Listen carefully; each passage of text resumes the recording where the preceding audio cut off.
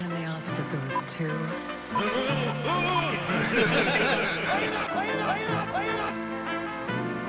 I know John Burgundy.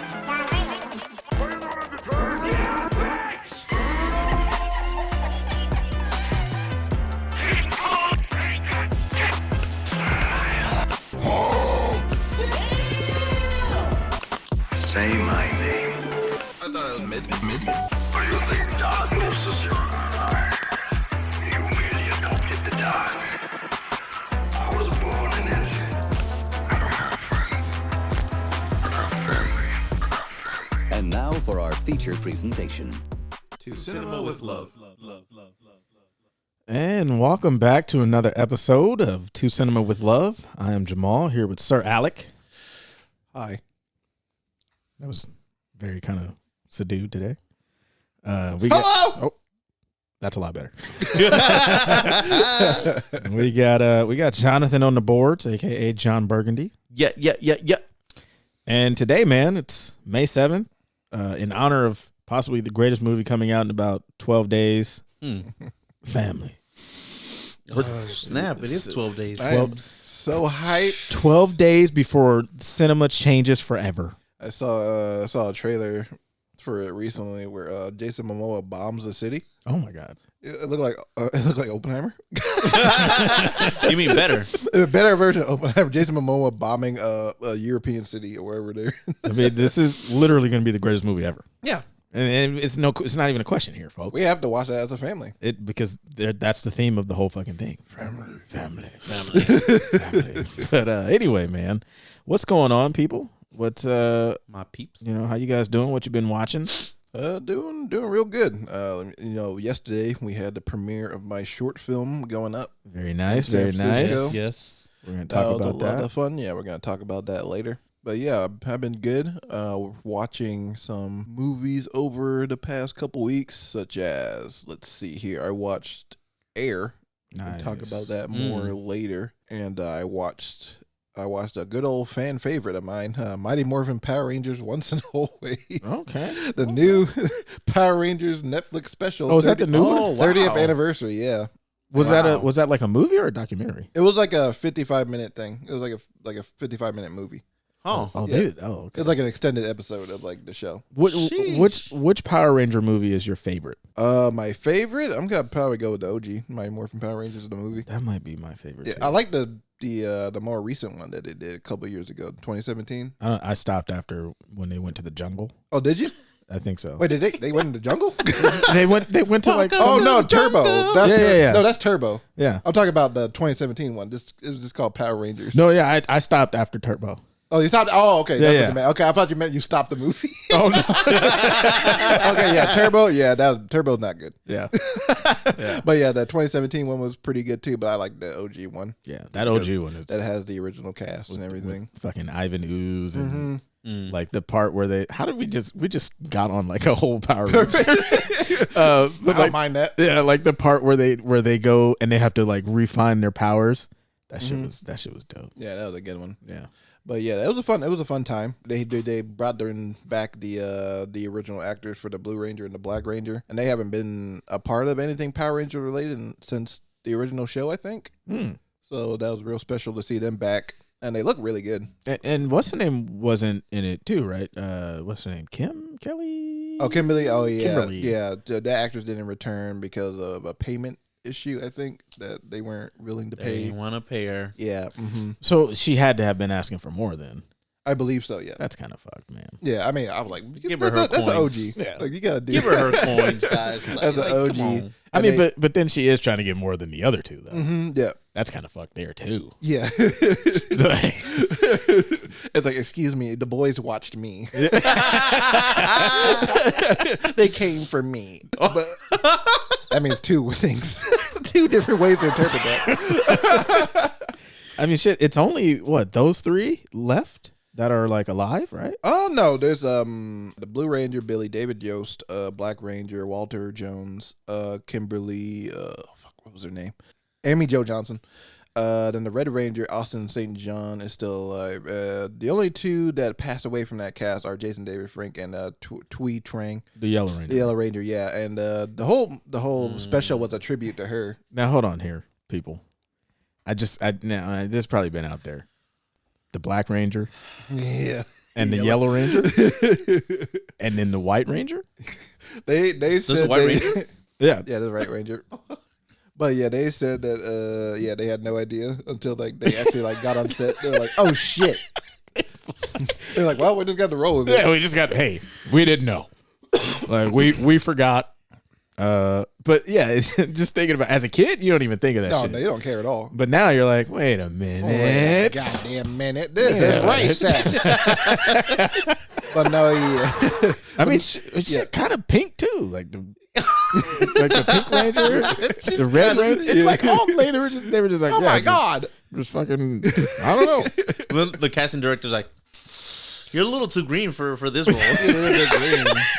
We need more someone of the Shrek variety. Shrek as a Power Ranger. God. Fitting in that suit, like. But no, yeah, it was a fun time. It was like a classic. It felt like a classic Power Rangers episode. A little more darker than the other. That's like a tad. They had some more deaths in there. They killed off the original Yellow Ranger in canon this time, and yeah, the whole episode was like the whole thing was like a tribute to her, which was nice. And they had like the daughter of that character like take her place. Okay. Yeah. What rated was it, if you don't mind me asking? Was it rated? Yeah. I forget what the TV ratings are, but it was like it's probably like more like 12 and up.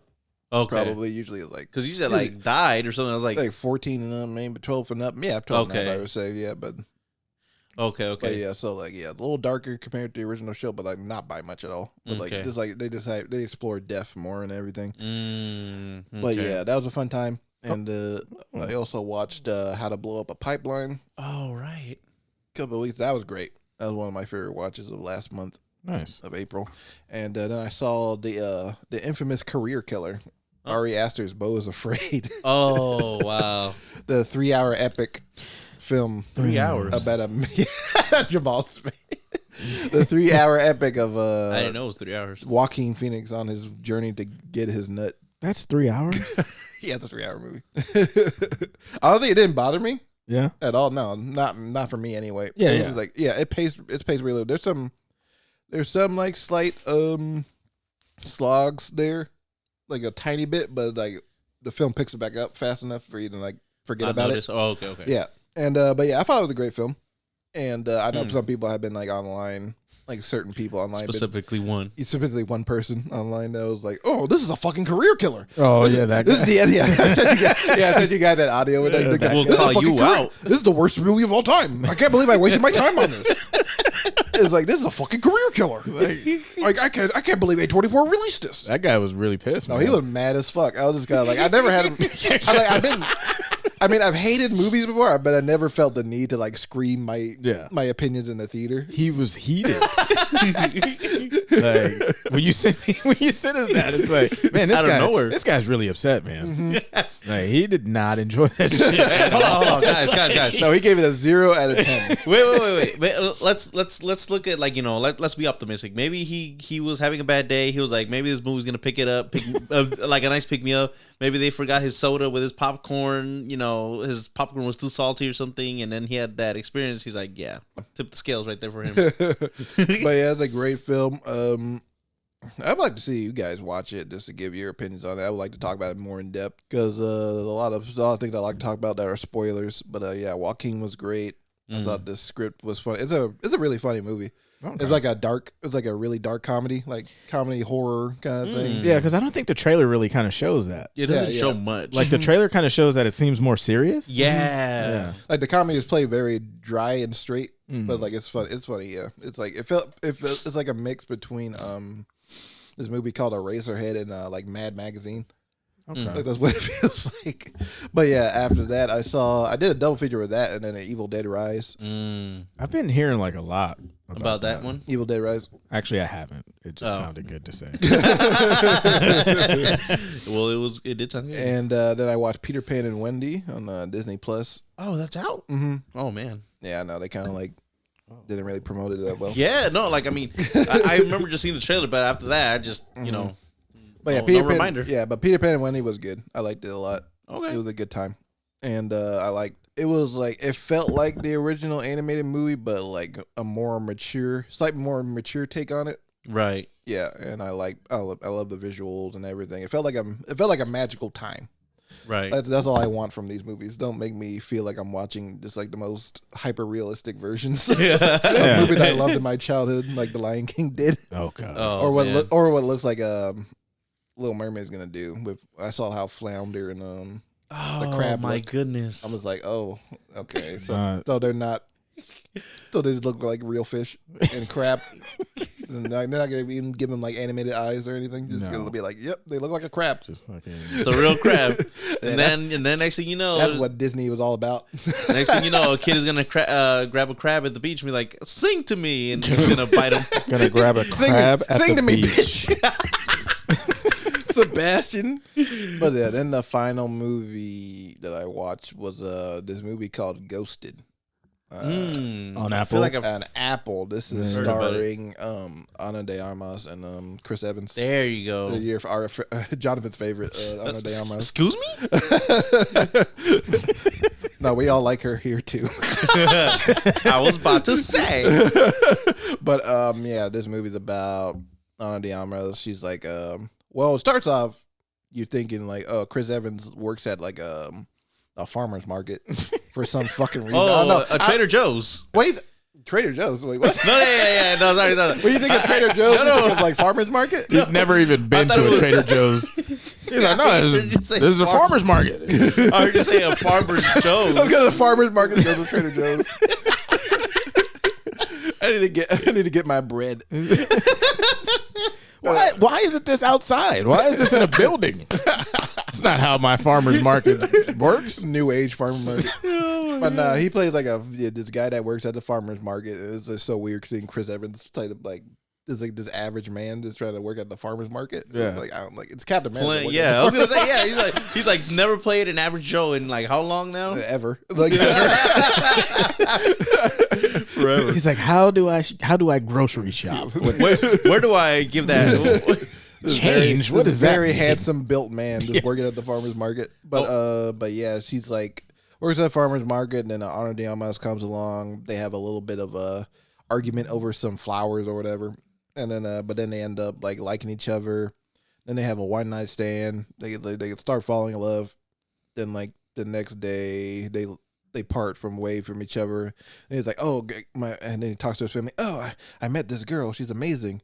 And it's like, oh, don't get too caught up in her because you always fall in love too quick, Chris Evans, you fucking hunk of a man. You have Nobody's gonna love you. We know you have trouble finding women. It's so hard for him.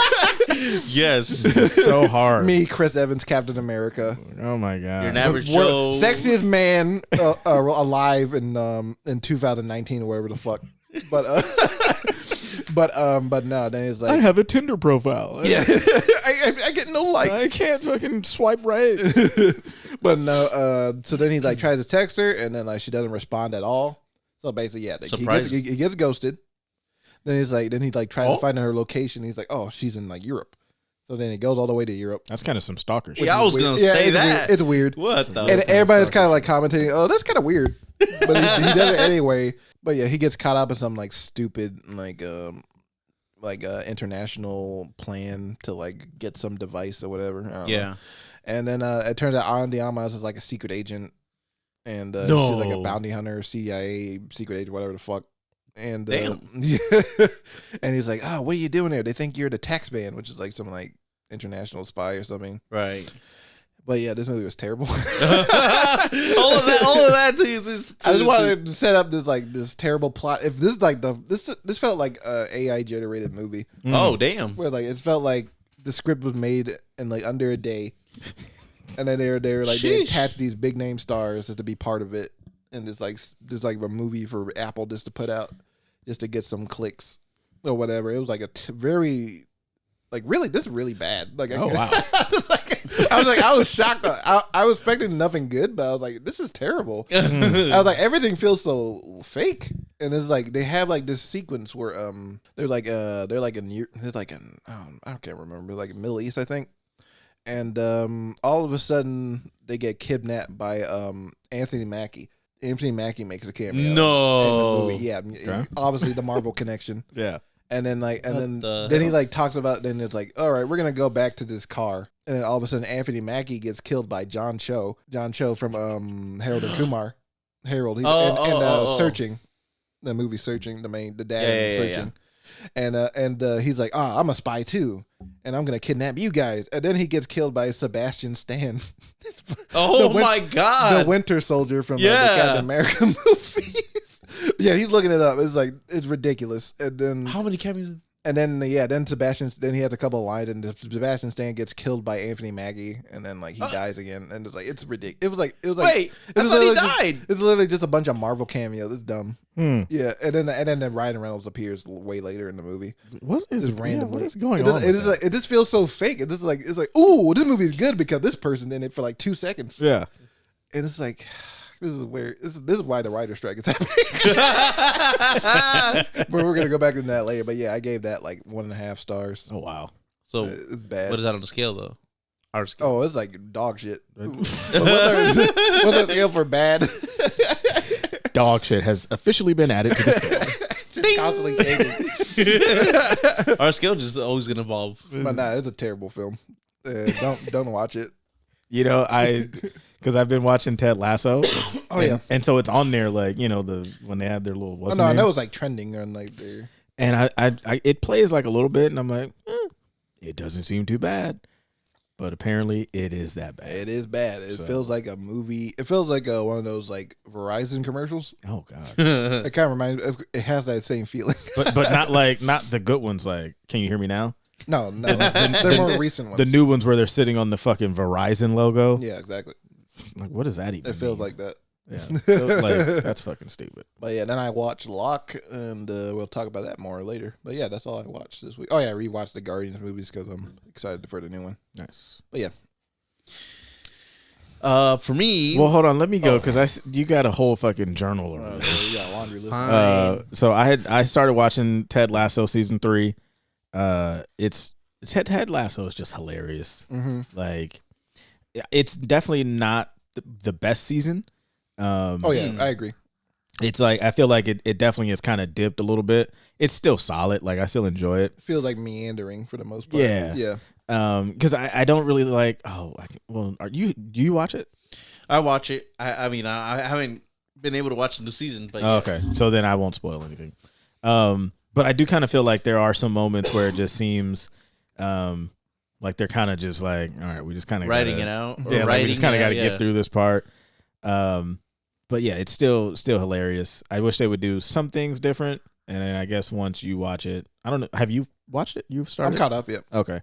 Yeah, I guess once Jonathan watches it, then I can talk about that a little bit Like more. that, I would be okay with that if they didn't say this was the final season. It didn't really feel like a final season. That and that's probably Oh, you what didn't it know it is. was the final season? No. Oh yeah, they said it was the final season. Yeah. Yeah. And is that how it ends? Then? I guess so. Well, it hasn't. I don't think not it's ended ending. yet. Yeah. Oh, Yeah. there's still okay. Yeah. But I feel like if they were to put, like, if this season was season 2 Yeah. and then season 2 was season 3, I would be like, Oh, okay, I see. this They is, would have rearranged or something. yeah. Okay. I would feel like it was a lot, kind of, like Alex said, it feels like a final season. Mm-hmm. This one feels like I said, like they're just kind of flatlining a little bit, unless they're building up to something, which I kind of get the idea of what they're building up to. I think we all can kind of see that. Mm-hmm. But yeah, it is a little flatter than the previous seasons. And with that being said, I am happy that they are going out with season 3.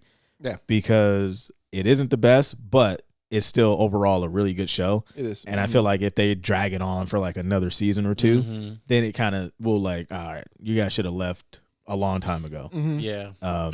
But yeah, definitely into that one. I started Love and Death on HBO Max. Oh yeah, I've seen him. I know some people were kind of like, it's not that good. Mm-hmm. I kind of enjoy it. Mm-hmm. I think it's interesting seeing Elizabeth Olsen play like a different kind of role because she's just so used. Like I kind of just know her from fucking Wanda I'm about saying Wanda. and Marvel. Can I add something to Yeah. that real quick? I don't know how true it was or anything, or I don't know if Alec has heard about it too. That her contract is up, and like they haven't Who with Marvel? yeah, with Elizabeth Olsen. Like her contract is up, like with playing the character Wanda or Scarlet Witch. And she said she hasn't heard anything back about renewing a contract for any possible more projects. So they, yeah, if I was her, I'd get out. Well, that's basically because they don't. I don't think they do the whole like signing you on for like 15 movies anymore thing. We want your fucking soul. Yeah, I think they do it. I think they do it by movie basis now. Mm-hmm. Like it probably should be, but Yeah. but I'm expecting for her to return eventually in those movies. It seems like she probably will. And I mean, even if she doesn't, the way she went out, I guess is a way to go out. You know what I mean? Makes sense for her character or something. Yeah. But yeah, sorry. Go ahead. But yeah, so I enjoy her in that because it's a little bit different. Yeah. And then I guess kind of her co-star, the kid from Breaking Bad. I can't remember his Jesse name. Plemons. There you go. Oh, wow.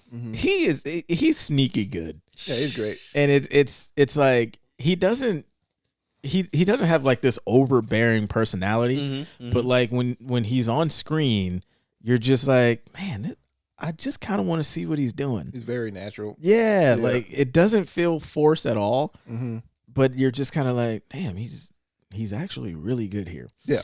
And so pretty much what it's based about, I guess it's like a true story, where this wife, they're like a church kind of going. They're in Texas. Oh yeah. And this wife is not happy with her marriage right now, and she sees this other person in the choir. They're both in the choir, and they're on the volleyball team. And he goes to like pick her up, and she looks at him. They're looking at each other, and then like his wife is in the stand. They're trying to get pregnant, and then they cut to the next scene, and she's talking to like her friend, and she's like, "He smelled like sex." And I'm looking at him like, I don't think he does. The epitome of sex. But he just oozes sex. And I'm just like, okay. And so then there's another scene where they're leaving some church meeting or whatever. And she just flat out just asks the guy, like, she's like, I've been thinking about you. How would you feel about like having an affair? And I'm just like, oh shit. Like she's just bold, just putting her shit out there. Yeah. And then The authority. And he's like sitting in the car. He's like, no, I love my wife. I can't do that. And then he leaves. And then so the next day he goes to work, and he's just seeing fucking Elizabeth Olsen just in his head. He's like, damn them lips, damn them titties. They did the real lady a favor casting. Oh, Elizabeth really? Olsen, because like she looks nothing like. Well, it's old Texas too. Yeah, she looks nothing. She looks like a Texas woman in real life. But yeah, Elizabeth Olsen. Wait, is this based on a true story? Supermodel looking Yeah. woman. Oh, Yeah. And so yeah, it's a funny show. Like it's a show. Yeah, on HBO. I thought it was a movie. Okay. No, it's a show. I thought it was 3 episodes because I guess they put 3 episodes up there, like when they premiered it. And so I go on there and I'm thinking, oh, this is 3 episodes, 3 hours. I'm about to knock this shit out quick. Yeah. Oh, there's more. And yeah, and then I didn't even finish episode 3 because I was just like, oh, well. And then at the end it was like, oh, new episodes Thursday. I was like, oh, there's more to come. It's like there was another version of this person. They made a show like a year or 2 ago with Jessica Biel playing Candy Montgomery. Ooh. Yeah. I watched some of that. I liked her. I liked her interpretation a lot. Okay. Yeah, and she looked more like. Of course, Jessica Biel also never like very very attractive woman, but but compared to like Elizabeth Olsen, she looks a little bit more. Is this the one that came on USA? Is what she looked like. Holy shit. Yeah. No, it's on Hulu. Holy shit. That looks like Napoleon Dynamite. But no, yeah, it was on Hulu. Her show was on Hulu. Okay. Yeah. So I'm assuming, Looks like a Picasso painting. right? 'Cause I'm assuming she works. It looks like she works at like a thrift store. Like Sears. Welcome to Sears. I'm Candy Montgomery. We have all of your perfume here that you need. But I'm assuming for them to make a show, she has to, and it's called Love and Death. Yeah. Somebody's getting killed, I would assume. Oh yeah. Okay. If I had to guess who was going to be killed, I would say she's probably going to kill. She's definitely going to kill the wife that's pregnant, because she just fucking. She seems like she hates her, and that was like The guts. that was like sudden. Yeah. It was like maybe 2 episodes in. She was like, he's spending time with her. She's going on a couple's fucking retreat. This bitch.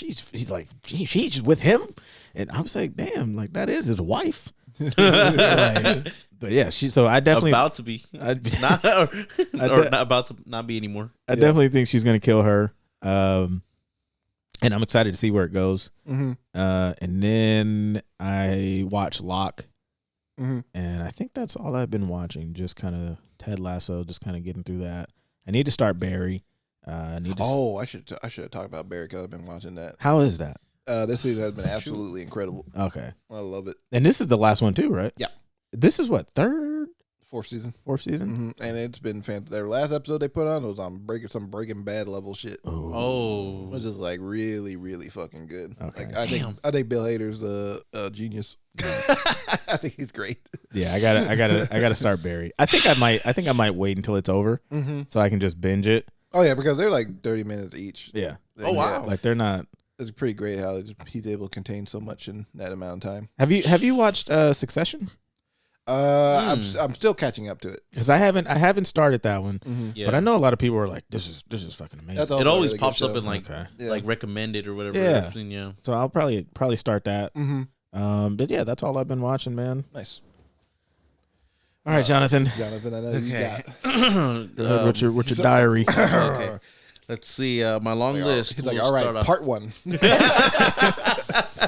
No. So for Time here, 2:27, just to put that out there. for movies, I've actually only watched 2 movies. I've seen. Oh, I've watched Air too. Sorry. Oh yeah. Oh wow. Yeah. I've only watched Evil Dead Rise and The Dilemma, which was like on Netflix, a really old movie with like Vince Vaughn, Kevin. Oh James. God, really? Yeah, I don't know. that one? Look. That was pretty bad. It was actually pretty bad. I I'm don't know. not even gonna lie to you. It was pretty bad. It was pretty. It was a pretty bad. It was really basic. Mm-hmm. I would give it a super hard mid. And so it was just something. I needed to play in the background. I was just bored at home. Yeah. And had the munchies, so just so yeah. But I have watched a lot of shows lately. I watched Better Call Saul. Mm-hmm. Is that the new season? Yeah. Yeah. That's on Netflix, right? Yes, it's on Netflix. I gotta finish 5. Yeah, no, it's actually really good. Season 2. Yeah, really good. Abbott Elementary, Dave. I've been catching up with Dave as well. Dave too. Yeah, and The new season. yeah, Okay. there are some episodes that I feel like dips a little bit, but there is definitely one episode that's or like a couple of episodes that are my favorite. And I mean, I'll explain little bit about it. Dave at this point is like out on tour, right, promoting his album, whatever, and he like goes to different I guess like states to promote his like does concerts or whatever, and he has like different adventures in each state. And so far, my favorite has been the Philadelphia one, where he's telling like a story or shooting The a music evolution video. of man. Yeah, the evolution of man, the evolution of Dave. But that was a really good one. Like I recommend that one. And then I think Atlanta, the Hearsay one. That was also a really good one. Rick Ross makes an appearance. The episode where he meets Usher. Yes. Oh my god. When he sees Usher, they play his song where he's like doom doom doom doom doom. So, Alec, you know how Usher was like acting all hard, like when he first met, and then he's like, "Oh no, man, I'm sorry, I just have to put up Frank," because people always trying to like kick my ass or like whatever. Chris Brown has entered the conversation. Yes. And recently, what was it like? I think like I saw It's like fucking yesterday or something. Yeah, that they had like an argument or something like that. And At a fucking roller rink. It was at a roller rink? in Las Vegas. It was in Las like Vegas. at some ATL type shit. What the fuck? Was it Like I think it was in Las Vegas. these grown ass men at a roller rink? it's like so funny because there's just like I don't know if there's a whole video. I just saw like a snippet, but they're at a There fucking was a video? yeah from TMZ. I've only read it. Oh, There's that like there's Usher and then Chris Brown. He's probably coked out of his fucking mind. Yeah. And it's like at a roller rink, and it's like what the fuck is going on here? I don't know if maybe they were shooting a video or something. No, it was a party. I think it was like Chris Brown's like birthday party or like a bash or something. He had it at a fucking roller rink. And apparently like My favorite roller because like I read like the news. He's like, where do you want to celebrate? At the roller rink. But he's like, why? So I can show my moves. he's pop lock and drop it. Watch me dig. Like that fucking roll bounce. Like that fucking movie roll bounce. Yeah. Fucking Bow Wow's back there. Shit. Yeah, Lee. Oh my god, That's hilarious. But yeah. Dave, and then the rehearsal. I watched all of the Oh, you episodes did? of the rehearsal, Ooh. yeah, and I found that really interesting. Because like I said, I had a lot of time, so definitely took because I watched Nathan For You, the like previous shows, a couple of episodes here and there, and I didn't know it was Nathan who was in charge of that show, the rehearsal, and I watched it because I remember you talked about it, and I was like, oh wow, this is The great really meta, good. Great meta show. yeah. Who is it? The rehearsal? The rehearsal yeah, Nathan on Fielder. HBO Nathan Max. Fielder's show. Yeah, The rehearsal. it was weird but cool, but very Like weird. seeing him fuck up that child's mind. Yes, dude. I showed it to my siblings, and my sister was like, "Oh, poor little kid." And she was like, she was like, I blame it all on the mom, Oh yeah. all on the mom, because you should know your child and put them in a situation like that, and Yeah, exactly. and it's crazy. It's crazy. No, I'm glad you watched that. It's a really great show. Yeah, Can't Yeah. wait for season 2. yeah. It was only like what 3-4 episodes, that one. I can't remember. Like Yeah, 6 maybe? or maybe 6. Yeah. Yeah.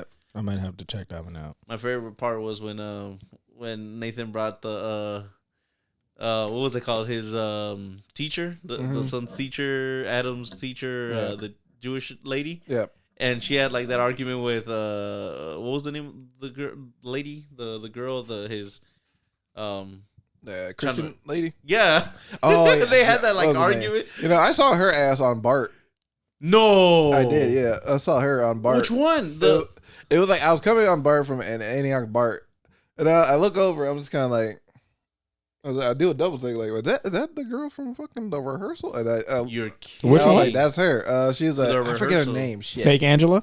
Angela, yeah, that's her name. Angela. Angela from the rehearsal. I saw her on Bart. I was like, what the hell? Is Wait, Angela why'd from you the say Angela or fake Angela? But that's what it says on the cast name. fake Angela? Oh yeah, there's maybe there's they a used fake to- Angela. Oh yeah. Like, I don't know. That's just what it yeah, says. she's Angela. I saw her on Bart. I was like, what the hell is No, she you're doing kidding. out of Antioch Bart? Did you just stare at her? Like, No, I was just kind of like, I kind of wanted to go up there and be like, I'm a huge fan of you, but I was like, I don't want to. I was like, oh, she's kind of weird. No, hey, Alec, you should have gone up to her and be like, hey, so I saw 33, and I think we were destined to be together.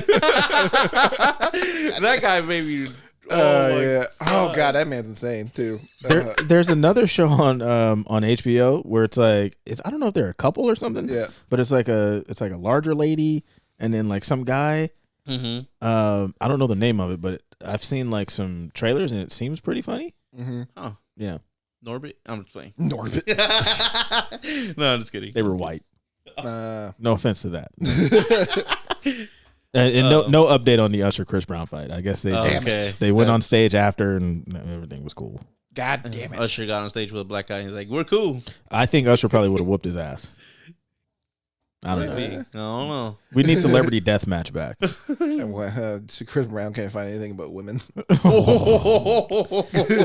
is that staying in? That one's definitely staying in. Yep. That one's got to I stay have in. no respect for that man. But yeah, that's all for me. Nice. Yeah. All right. Well, Alec, on this day In history. I said family history. Family Feud. What? In film history. Film history.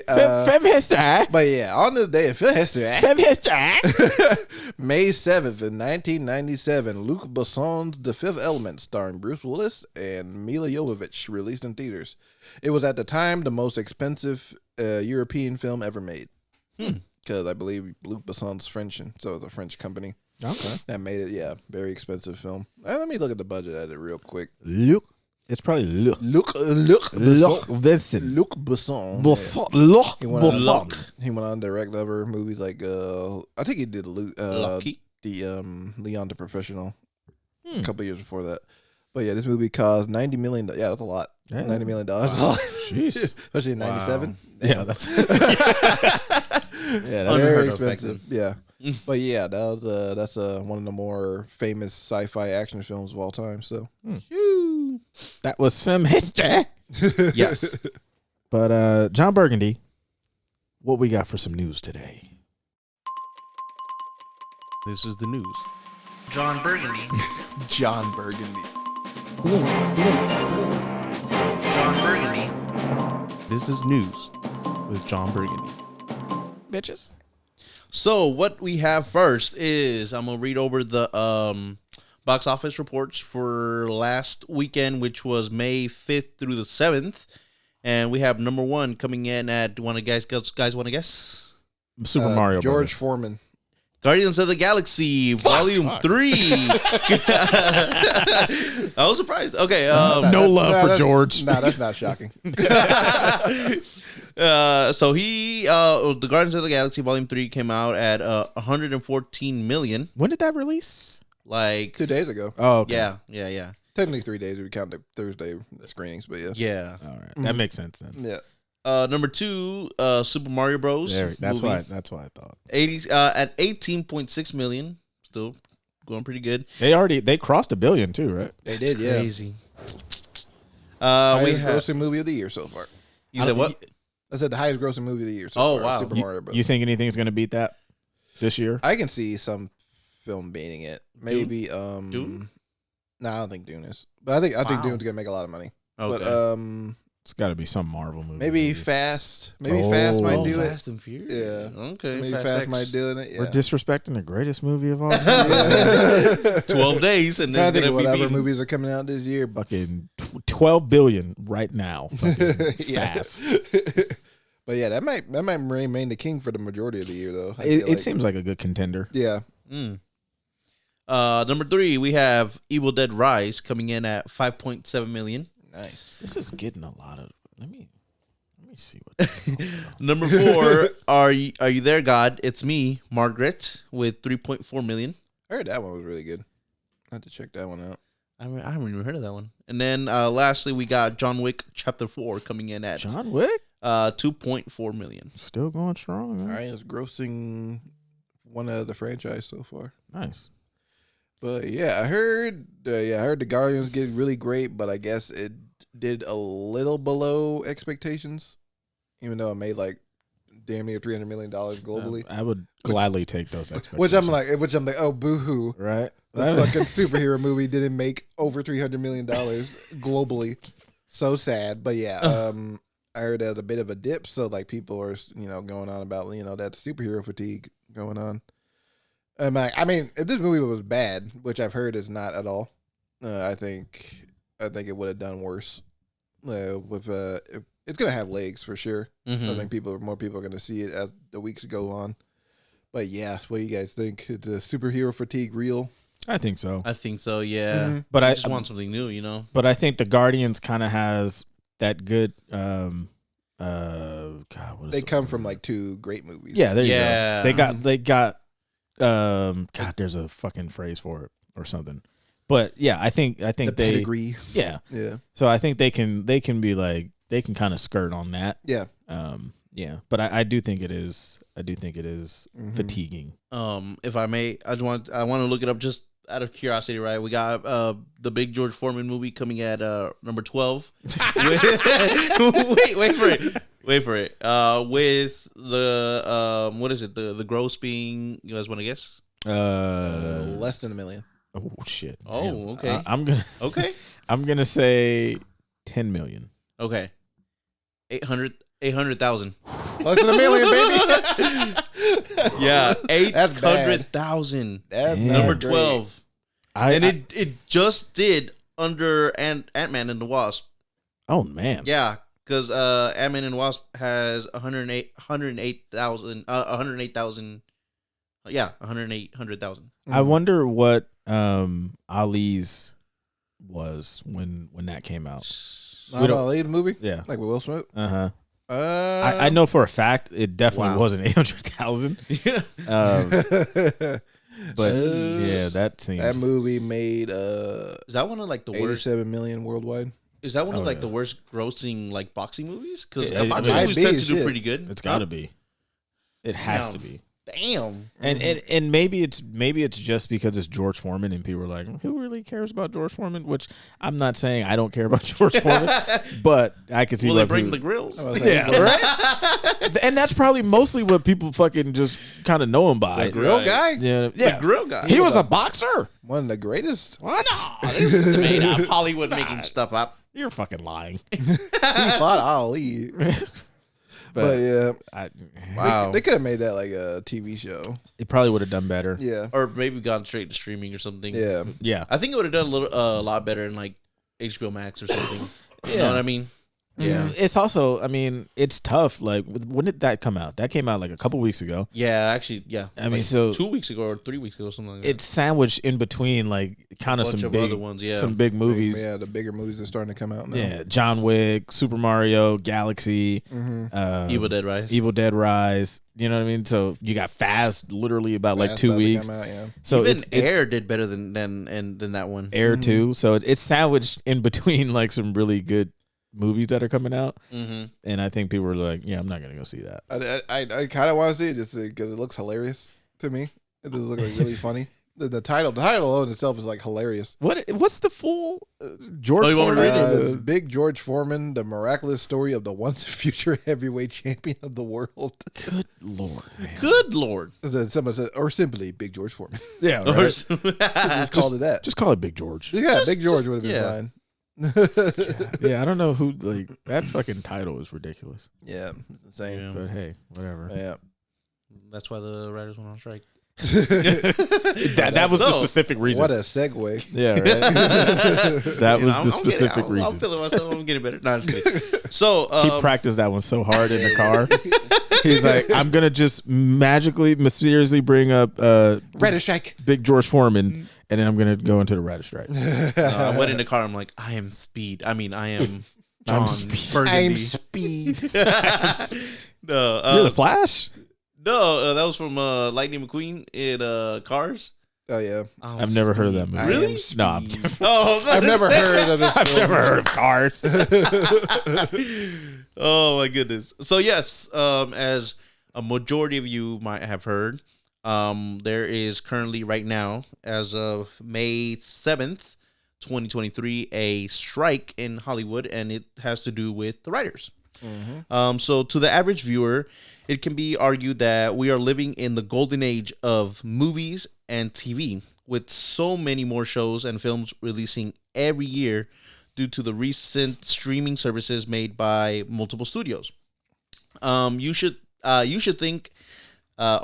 would think that the writers are swimming in gold, but unfortunately that's not how it works. On May 2nd, 2023, at exactly 12:01, not a minute more, not a minute less, a.m., the Writers Guild of America, which represents over 11,000 writers, put down their pencils for a foreseeable future. This strike stems from the WGA's failed negotiations with the Alliance of Motion Picture and Television Producers to secure these rules for writers and the industry, which include increased funding and job security for writers, increase the size of writers' rooms, and limit the use of artificial intelligence in the writing process. The WGA estimated that its proposal would yield writers about $429 million a year, whereas the Alliance of Producers would yield them $86 million a year. The strike has led the shutdown and delay of productions such as Marvel Studios' Blade, MTV Movie, MTV Awards, Abbott Elementary, Cobra Kai, Stranger Things, and Saturday Night Live.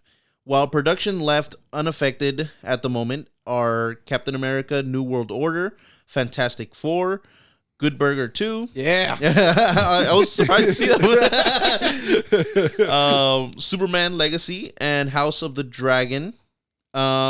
This is not the first time the WGA has gone on strike.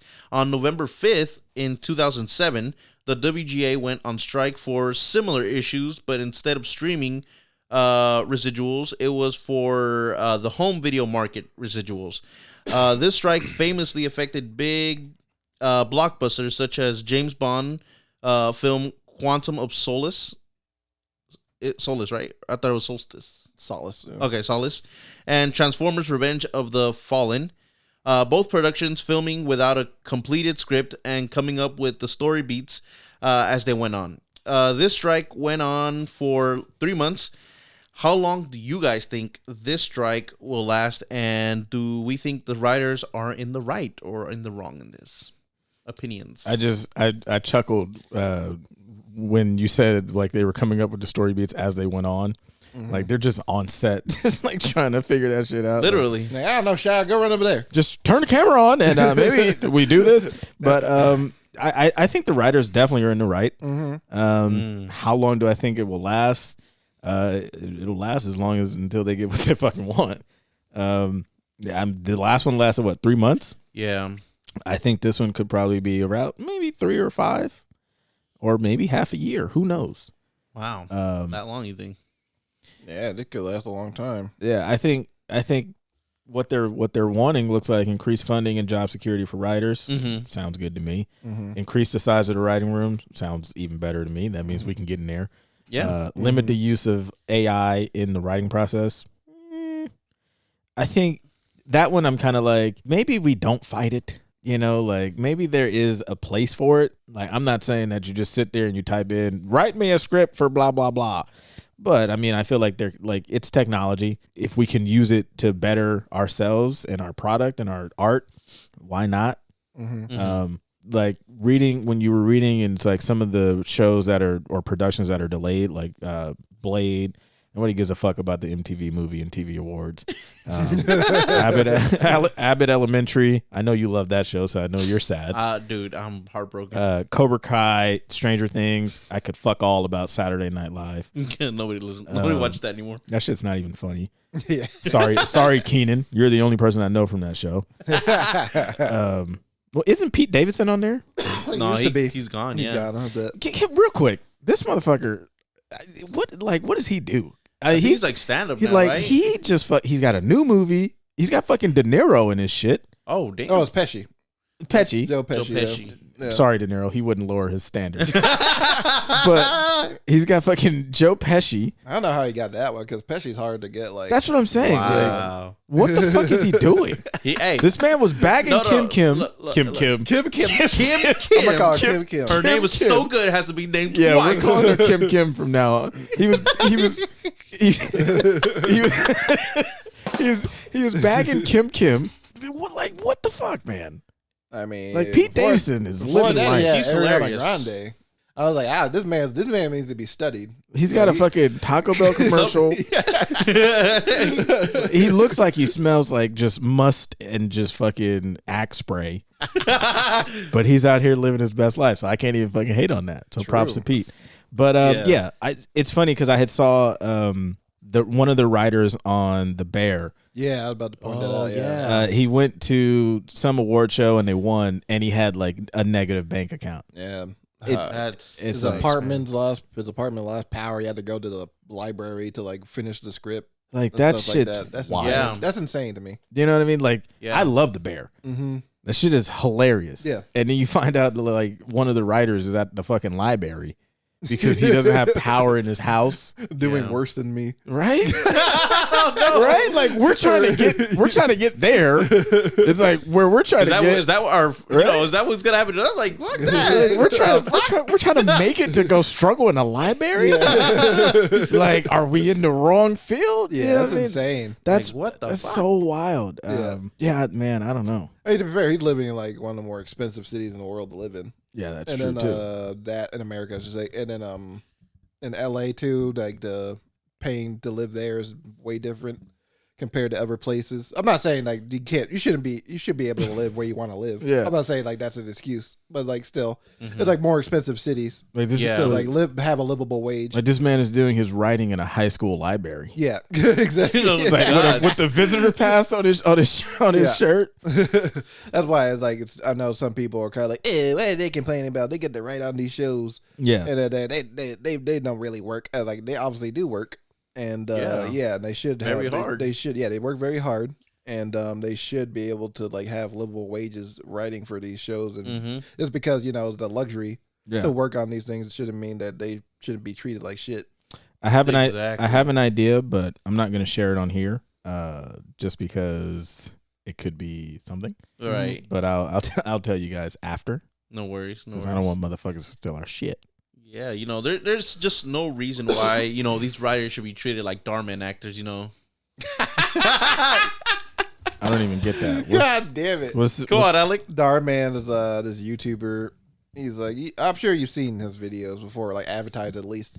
He like does these like these Skits? educational skits where it's like, don't be mean, don't be a bully. Basically, like that's like the extent those videos goes. Like don't be mean to people with autism, things like that. That's like one of their more famous videos. And and then I think like a couple months ago he got exposed for like not paying his actors well.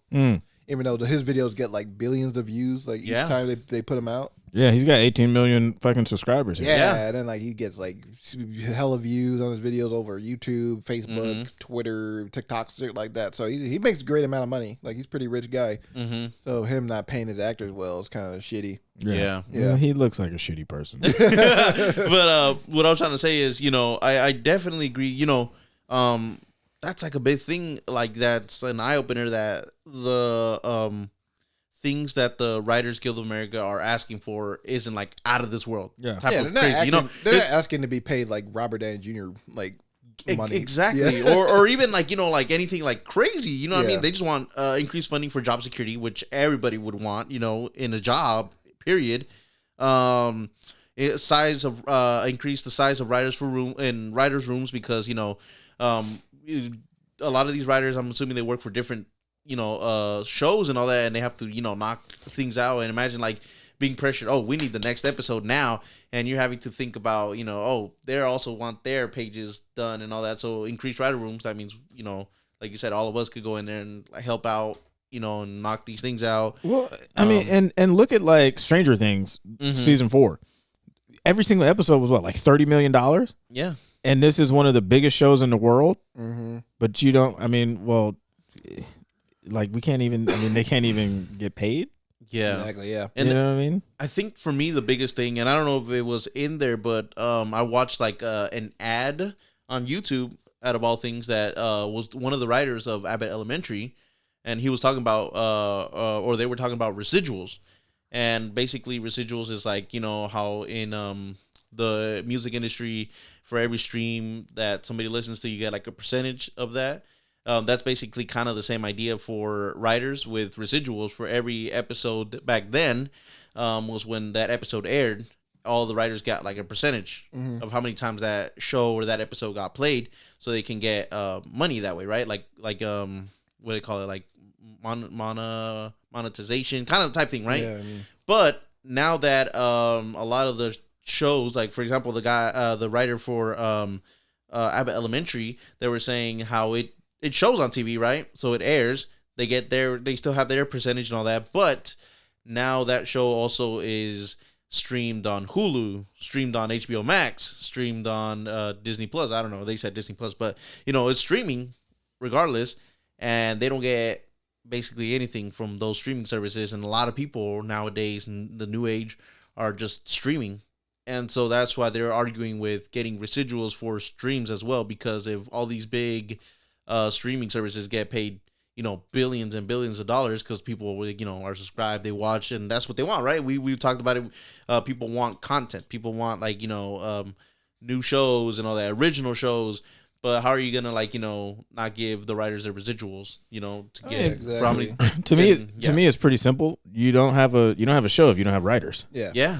They're plain and simple. Can't so do anything. All your content and all that you guys need for your streaming services and shit, it's like, yeah, but you can have the greatest actor in the world, but if you don't have somebody to write the material, then there you go. That's what I never read why that happened back in 2007. It's like because same thing where they're having the streaming things residuals over. They were more in 2007. It's more about DVDs, and video on demand stuff, just because that was more of a new thing. And DVDs were becoming more, less pricey to get.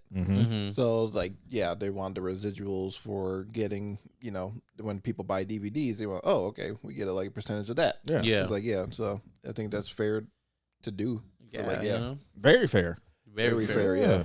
So So hopefully, writers, we're with you. yeah, hopefully it happens, because one day we're gonna be in there. Hold the line. So Yes. And another thing is with all these shows coming out, new shows, and there are a lot of shows that are more expensive To make nowadays, and there's less episode coming out. There's probably every season now, probably 8 episodes. yep, maybe. about 8 to 10. So that means less payment yeah. to the writers. So when shows are usually I don't know 10 plus episodes usually. So Like 20 something. Like Yeah, back in the usually day, 20, it was yeah. 20 something episodes. that's just because the industry is putting more money into television now with Yep. streaming. Yeah. Well, man, hopefully it gets solved and the Writers Guild can get what they want and more. Yeah. Fucking put them bitches in a stranglehold because they need you. Yep. Yeah. So Hopefully they comply faster than, because I do want to watch some shit. right. Can't lie, but we got to do what you got to do. But Yeah. also, if you need some scabs, I'm not saying I would turn that opportunity down, but I'm not saying I would overlook it. God damn it. Betrayal! I'm kidding. I wouldn't scab. Or would I? No, I wouldn't. I wouldn't. Betrayal! Or I would under a different name. Davis Jamal. Davis Jamal. That's what Stan Lee did from Marvel. Oh, Stan Lee was a scab? No. Well, not a scab, but when he worked at the the comic books or whatever, he would put his name Stan and then Lee. No, this is a different name. Yeah, he would he was a different Oh, like name. Stanley. Yeah, because I think his name was Stanley or something, or something like a different name. And like he would just Stanley put Stan Yelnats. Lee, Yeah, the actual name. so that way they wouldn't recognize. So he maybe been a fucking scab. Maybe. But yeah, moving on.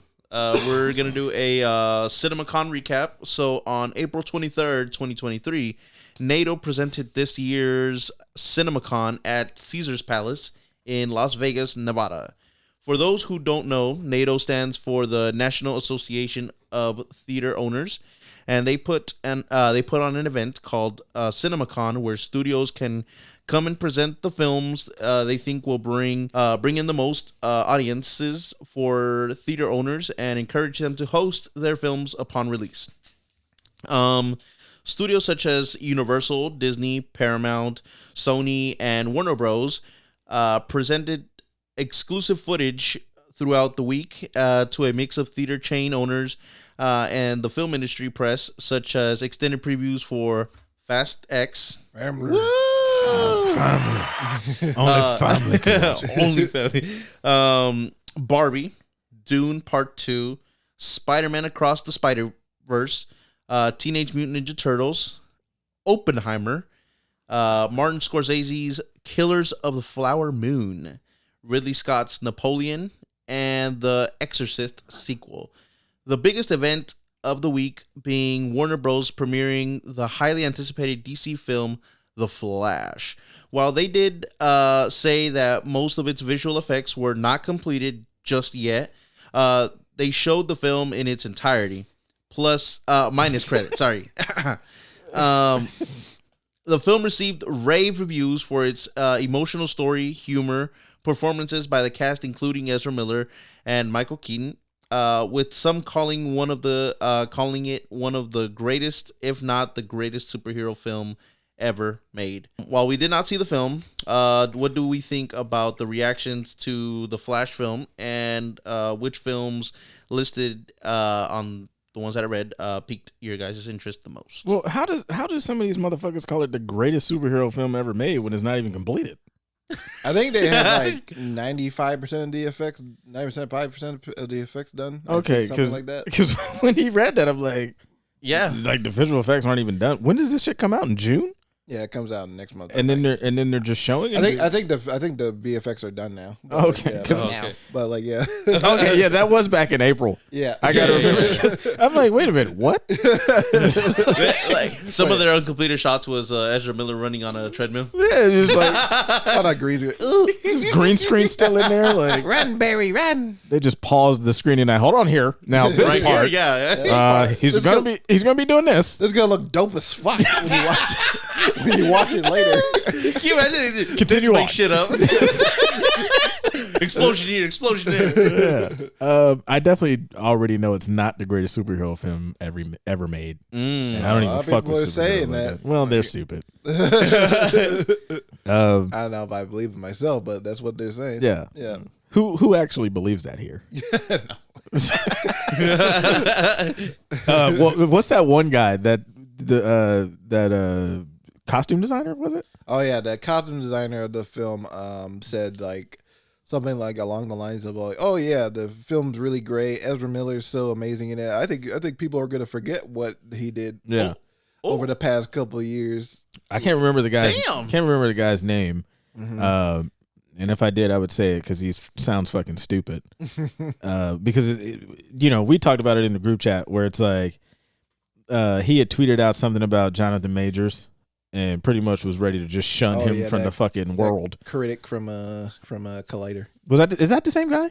Oh no, it's a different dude. This is a costume designer that said, Jamal's about to go in. Yeah, see, I'm already like mixing up my my people. Yeah, I'm probably not gonna watch it. Michael Keaton looks great though. Yeah. So I guess seeing him as Batman will be kind of cool. That one doesn't pique my interest. Obviously, Fast X because family. Barbie is really kind of starting to pique my interest a little bit more. "Yeah, I told you,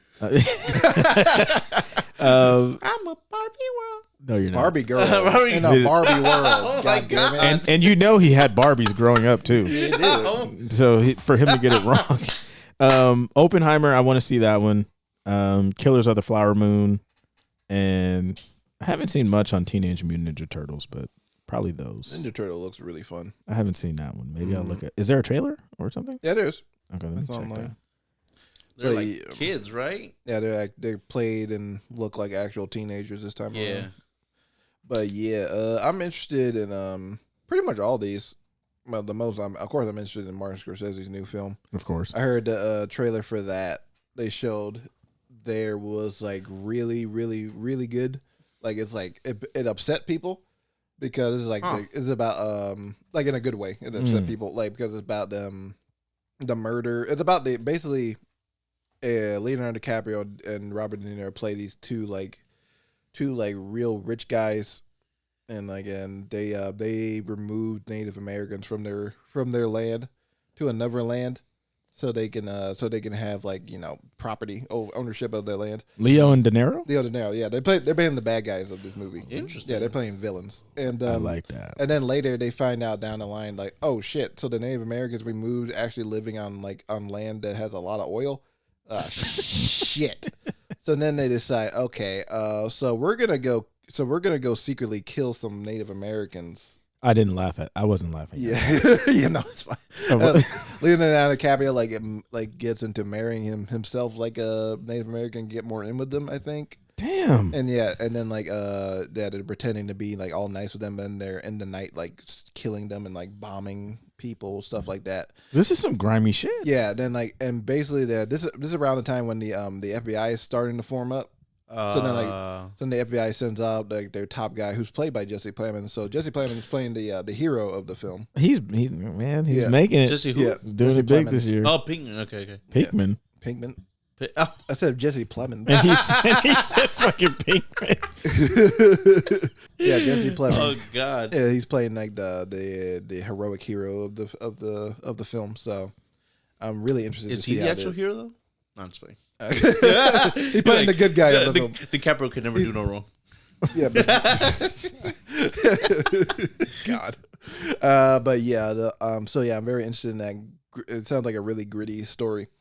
It seems. That one's gonna be really good though. And that one's coming out on Apple. Yeah, and that's gonna be in theaters actually. Oh, nice. The Paramount's putting it on theaters, and then they're gonna put it on Apple like later down the line. It's a Paramount, Yeah, I think so.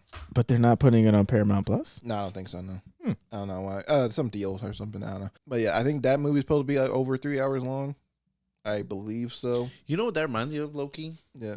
Like Thanksgiving, you know, the whole thing with they had a feast and then slowly later after there was a massacre. Yeah, that's what happens. That's Thanksgiving. Yeah, that's the story. That's what we celebrate. I don't. Don't let me in with I that. don't do that anymore. I just eat turkey. But really, yeah, I just eat. But no, and then Chicken the it. other one that piqued my interest is Ridley Scott's Napoleon film about Napoleon Bonaparte. I heard the footage that showed that was like really epic scale. So yeah, I that's wonder who's gonna play Napoleon. Joaquin Phoenix going to play him. What? Yeah. What is this one about? Napoleon Bonaparte, just like his whole The guy? storyline. Who's that? The little short king?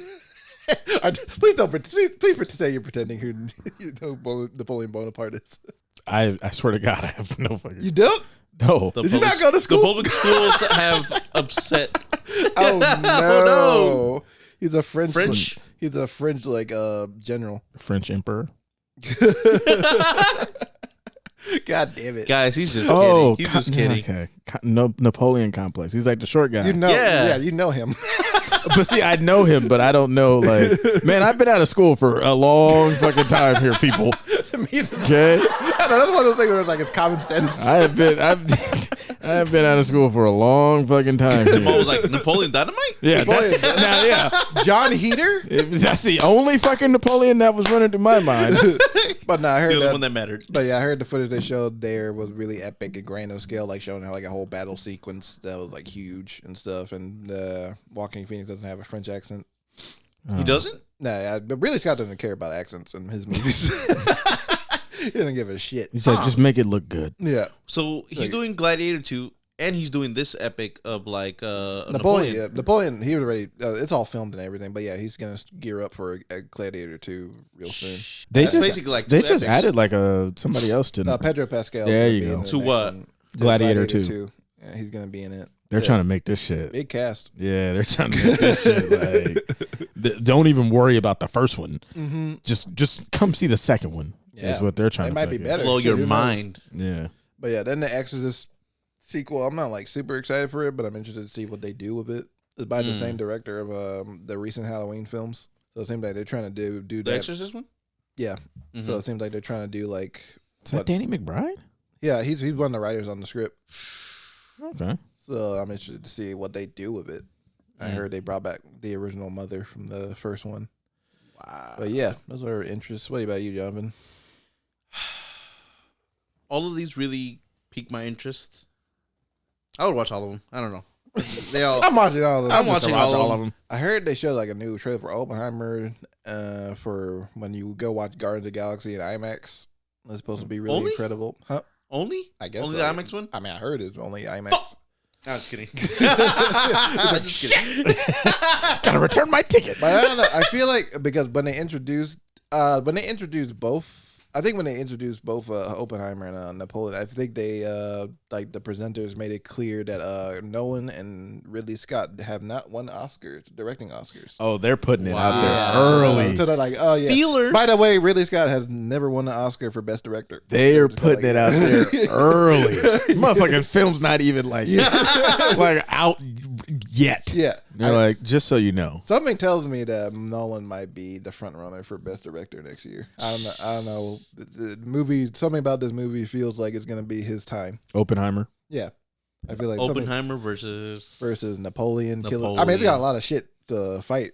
Killers of Flower Moon, Napoleon's coming out. Oh, that's right. Dune, Fast. Damn. Fast 10. Of course, yes, Fast 10. Come on. Those are some big directors that are. No, yeah, big time directors are really gonna duke it out. Damn. This Oscar season. So Spielberg's like, let me whip up some. let me do something real quick. I don't know if my heart can take it, y'all. Let me get in the game. Let me get a game. I don't know if my heart can take it, y'all. Yeah, it's gonna be a crazy Oscar season next year. Later this year, I should say. Watch some unknown. Just Some come out guy of, just comes out. just come out of fucking nowhere. But yeah, interesting films coming out later this year. Nice. For sure. Do you think this is, in terms of films this year, like, is it better than last year's? I can see it definitely being better this year in terms of. For me, yeah. Last year was really, really good, honestly. But yeah, I can see it being better for the most part. Oh, what? Oh, I'm kidding. I'm that'll kidding. We'll have to. Jeez, no. Later on in a future episode, Jonathan, we'll have to. See, every time Jonathan says shit like that, he's like, no. Yeah. No. He always backs out like, no. No. He's like, stand your ground, bitch. No. So that's gonna You've already it's too late. Wait. So we're gonna have that's gonna be a debate topic. Oh, my movies goodness. from last year. Jonathan hates debating. Yeah. Well, too bad. That's gonna be one. Movies from last year are if they're better than this year. Which year is better? We're gonna have that debate. I would say on. so far last year was better. Okay. Yeah. Oh, so far. Okay. So you said last year is better so far, and then you said no. Yeah. I mean, so last year, right out the gate, like pretty much we had Everything Everywhere All at Once, and that was the best picture That's winner. true. So Okay. Yeah, that's still gonna be a debate though. Later on in a future episode. Wait. Does it include the ones that are on this list? Or no? It's just whatever's coming out. yeah, So whatever has come out already? whatever we debate, It's yeah. the whole 2023 versus the whole 2022. Okay. Yeah. Even the ones I haven't released in this year yet, right? That haven't? Yeah. If it's coming out in this year, then Okay. Hey, I was just making sure. Between January 1st, 2023, and December and New Year's Eve. Yes. I don't know how much more I got to be kind of clear with that. Well, like from like 12 a.m. to 12 a.m. Right? 11:59. Oh God. But yeah. Shit. God damn it. Oh gosh. Now we can talk about the premiere of Alex Going Up. Woo! Yay. So for some context, because today is May 7th, yesterday, May 6th, 2023, was the screening of Going Up at the Delancey screening room in San Francisco. Yes. Very nice place. Very. To me, that was my first time seeing like something I've worked on the big screen. So it was kind of surreal, and it was fun, and it was like, damn, man, like this shit is possible. Yeah. So I thank you for that. Thank you for letting me be a part of it. No problem at all. Thank you guys for coming and being part of this project in general. So tell us, man, like, how are you feeling now, a day after your film has premiered? Right. I feel great. I'm just happy everybody there enjoyed it, because I didn't want to make a shitty movie, and everybody just come out being like, "This is bad. Why do we waste our time coming? Like, Don't do this. don't do this. It is not for you, honey. Get a different career." But no, I feel absolutely great. I'm elated that we got this screening. I'm glad that we were able to get in and get our movie in here, and everybody watch it on the big screen.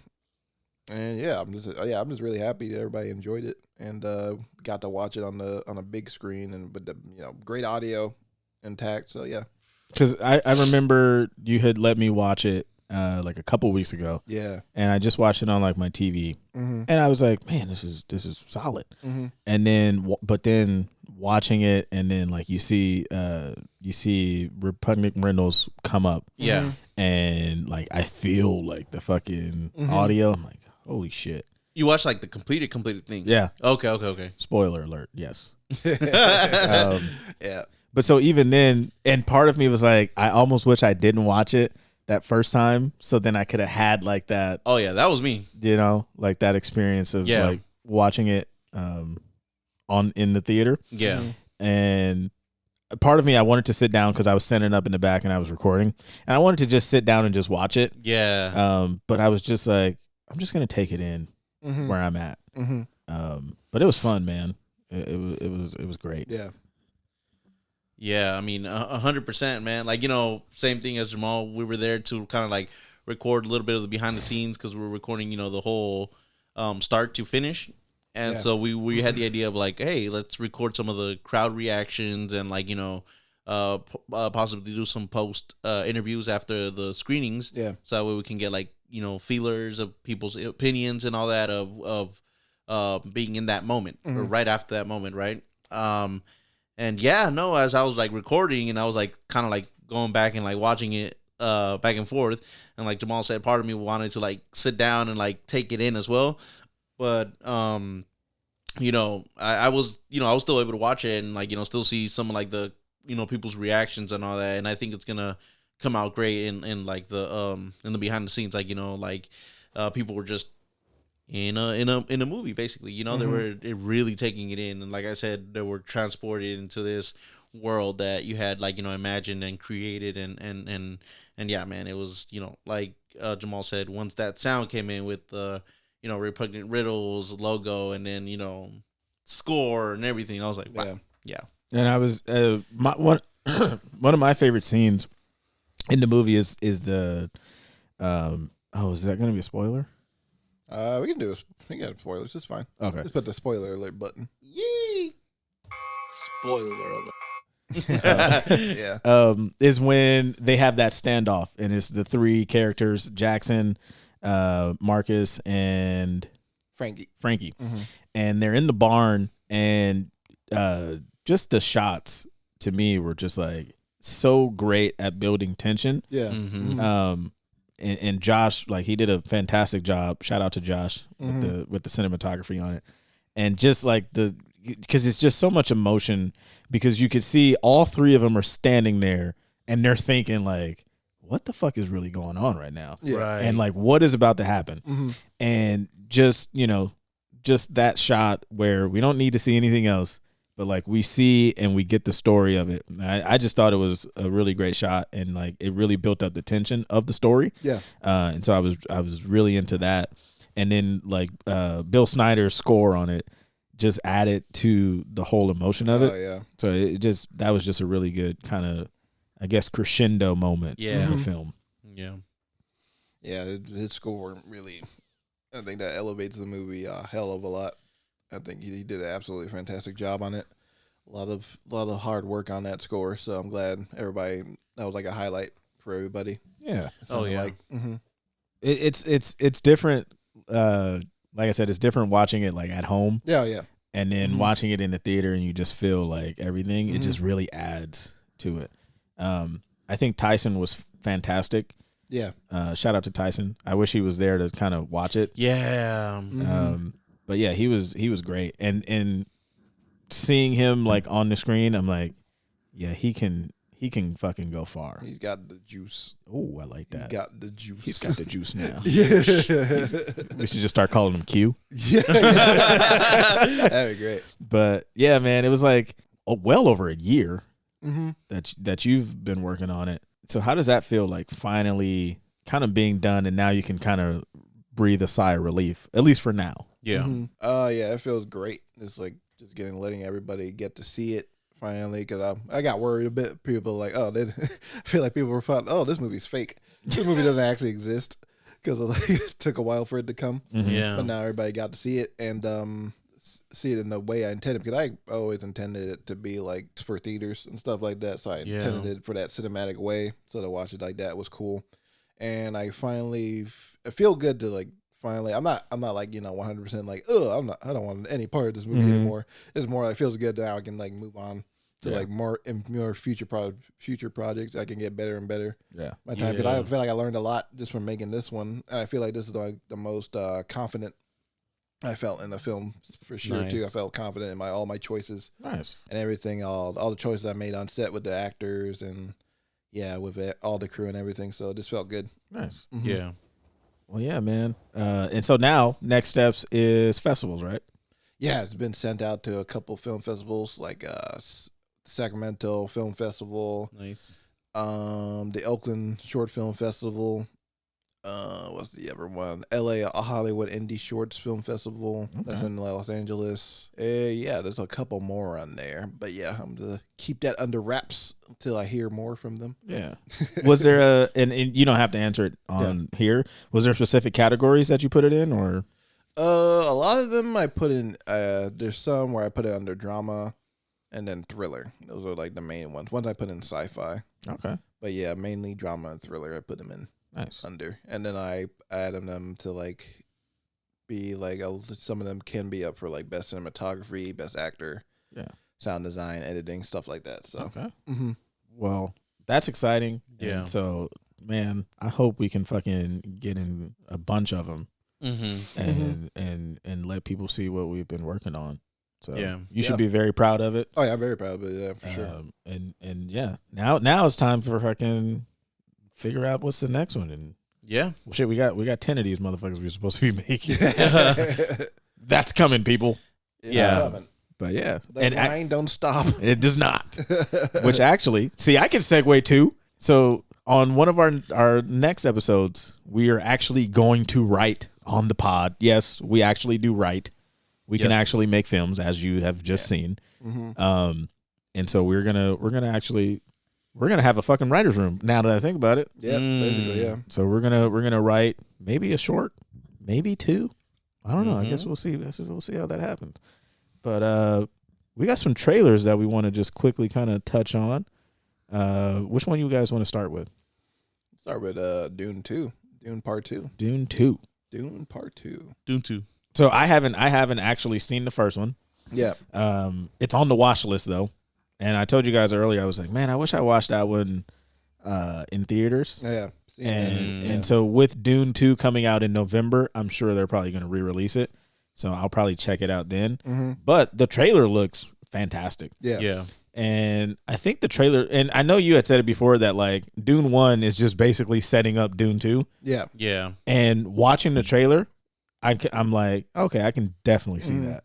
The director Denis Villeneuve have said like this is gonna be the one that's filled with the most action. It's gonna feel like a war movie, basically. He said. Oh, So yeah, this is filled the most action, the most.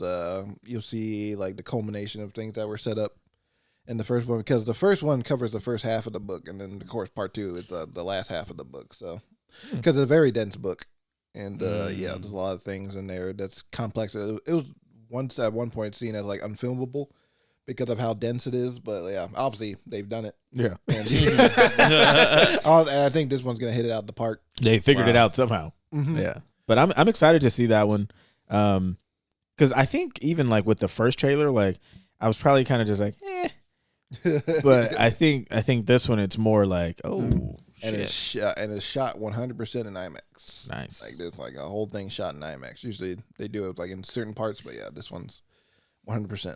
Well, the only thing that I kind of was like, why do they have the little breathing tubes in their noses? Because like I said, I haven't seen the first one. It's the moisture. I hadn't read the book, and then you guys were like, yeah, it's for like moisture. I'm like, what is that?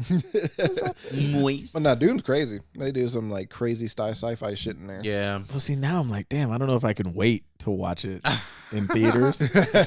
Just set up the home system video thing that you stole from Best Buy, and just. I did not. I did not. I did not. I did not condone stealing. Sorry. But no. But yeah, for Dune 2, this is like I haven't seen a trailer in a long time where I'm watching the trailer multiple times. And this is a trailer I'm watching like multiple. I'm like, oh shit, I'm just like looking at every detail. Yeah. Like, fuck. I'm looking at. Yeah, I'm gonna camp. Looking at. Knowing about the best. Yeah, make me kid. But you saw Austin Butler in there, right? Oh yeah, he's playing the bald white albino dude in that. I saw him. The one that's screaming. Yeah. The one that's screaming. It's tough to see him like That's like what that. it is. Yeah. Yeah. That's why non-Elvis. I fucking only know him as Elvis. But he's playing a character named Fade Routha, and he's supposed to be like the anti Timothy Chalamet's character. He's supposed to be like the polar opposite of him, like this is mirror image, I should say. Okay. But Okay. like, yeah, he's supposed to be like this badass like prince guy, and the director described him as a mixture between a psychopath and Mick Jagger, Mick Jagger. like young Mick Jagger. I'm assuming Somewhere Mick Jagger's like, what the fuck did I do? it's called me a serial killer. But yeah, I'm really excited to see him, and I think Florence Pugh is a great addition to the cast. And I know Christopher Walken's in there. They didn't show him in the trailer. Christopher Walken. I'm in the film. Christopher Walken's playing the emperor of the universe, and that's the funniest thing. And I think that's great. He just runs the whole fucking thing. Yeah. This is what we do here. But yeah, I think this movie's gonna be a real epic that I think more blockbusters should learn from nowadays. Anyway, It definitely feels like a blockbuster. yeah, scale, like the scale. I can feel the scale of everything, especially that last Yeah, shot. yeah. That last shot of him like holding his knife amongst his army was so fucking cool. Like it just it feels like this is what a blockbuster is supposed to feel like. Yeah. Not Ant-Man 3. Not Ant-Man Quantumania. Oh God. But yeah, what do you think, Jonathan? I mean, I'm excited, man. Like, the first one, I will admit it was a little bit slow, but I thought Dune Part 1, and that was it. I didn't know there was a Part 2 until Alec told me. He's like, no, that's just the setup, because the rest is yet to come. Yeah. I was like, oh, because it wasn't until the end that it said there was more to come. Yeah. But when I was watching it, I was and it was closer to the end, I was like, I didn't expect it to be like that. And then when I saw there was a Part 2 coming, I was like, oh, okay. So I kind of think of it as Star Wars Episode 1, very slow, and then but it's building up for something like the big battle scene, and that's the part that I'm very excited for to see. Just all everybody, everybody fighting it out and fighting all that, on his top of his damn sandworm. Greatest thing ever. But yeah. I love it, man. I love it. Mm-hmm. I'm excited. Got to see Timothée Chalamet on his sandworm. But yeah, then the next trailer is The Flash. And we've just talked about The Flash a good amount of times. But this new trailer made me I'm looking forward to it enough. I'm not convinced that it's going to be the greatest superhero movie of all time, like some people have been saying. No. But what I've seen, it looks pretty good. Like, it looks like it's going to be a good time at the movies. And I think, Michael Keaton being back is cool. Yeah. And I really like Supergirl in it. I think she has a really cool look to her, first of all. Then, I think her storyline looks like it's going to be interesting. Because it looks like she's going to be... Because it looks like they're going to do a storyline where Zod killed baby Kal-El. Baby Superman. Kal-El. Yeah, baby Superman. And she's like the last of her people. So it's going to be interesting to see. I feel like that's why she's so angry in the trailer. Yeah. At Zod. So I'm looking forward to it. Interesting. That's, and I'm kind of, low-key somewhat excited about watching it just because, we kind of get to see a lot of the characters that were, in brought, I guess, into the DC universe. Like, Michael Keaton as Batman. He was one of the older Batmans that played Batman back in I don't know how long ago. 1989. Yeah, and then he played Batman. He was one of the older Batmans that played Batman. He played the Batman. The sentence of the century. But anyways, that's a fucking tongue twister. The sentence of the century. And he just flew through it like there was nothing even. Now, my favorite sentence of all time is where you remember when John Cena was on WWE announcing the death of Osama bin Laden. Oh, he has been compromised. Osama bin Laden has been compromised to a permanent end. Which is the most insane shit I've ever heard. That's some crazy shit. I just compromised this person to a permanent hit. Like, I don't know. They were trying so hard, like, to not say he was killed. He was killed. Yeah, they compromised to a permanent end.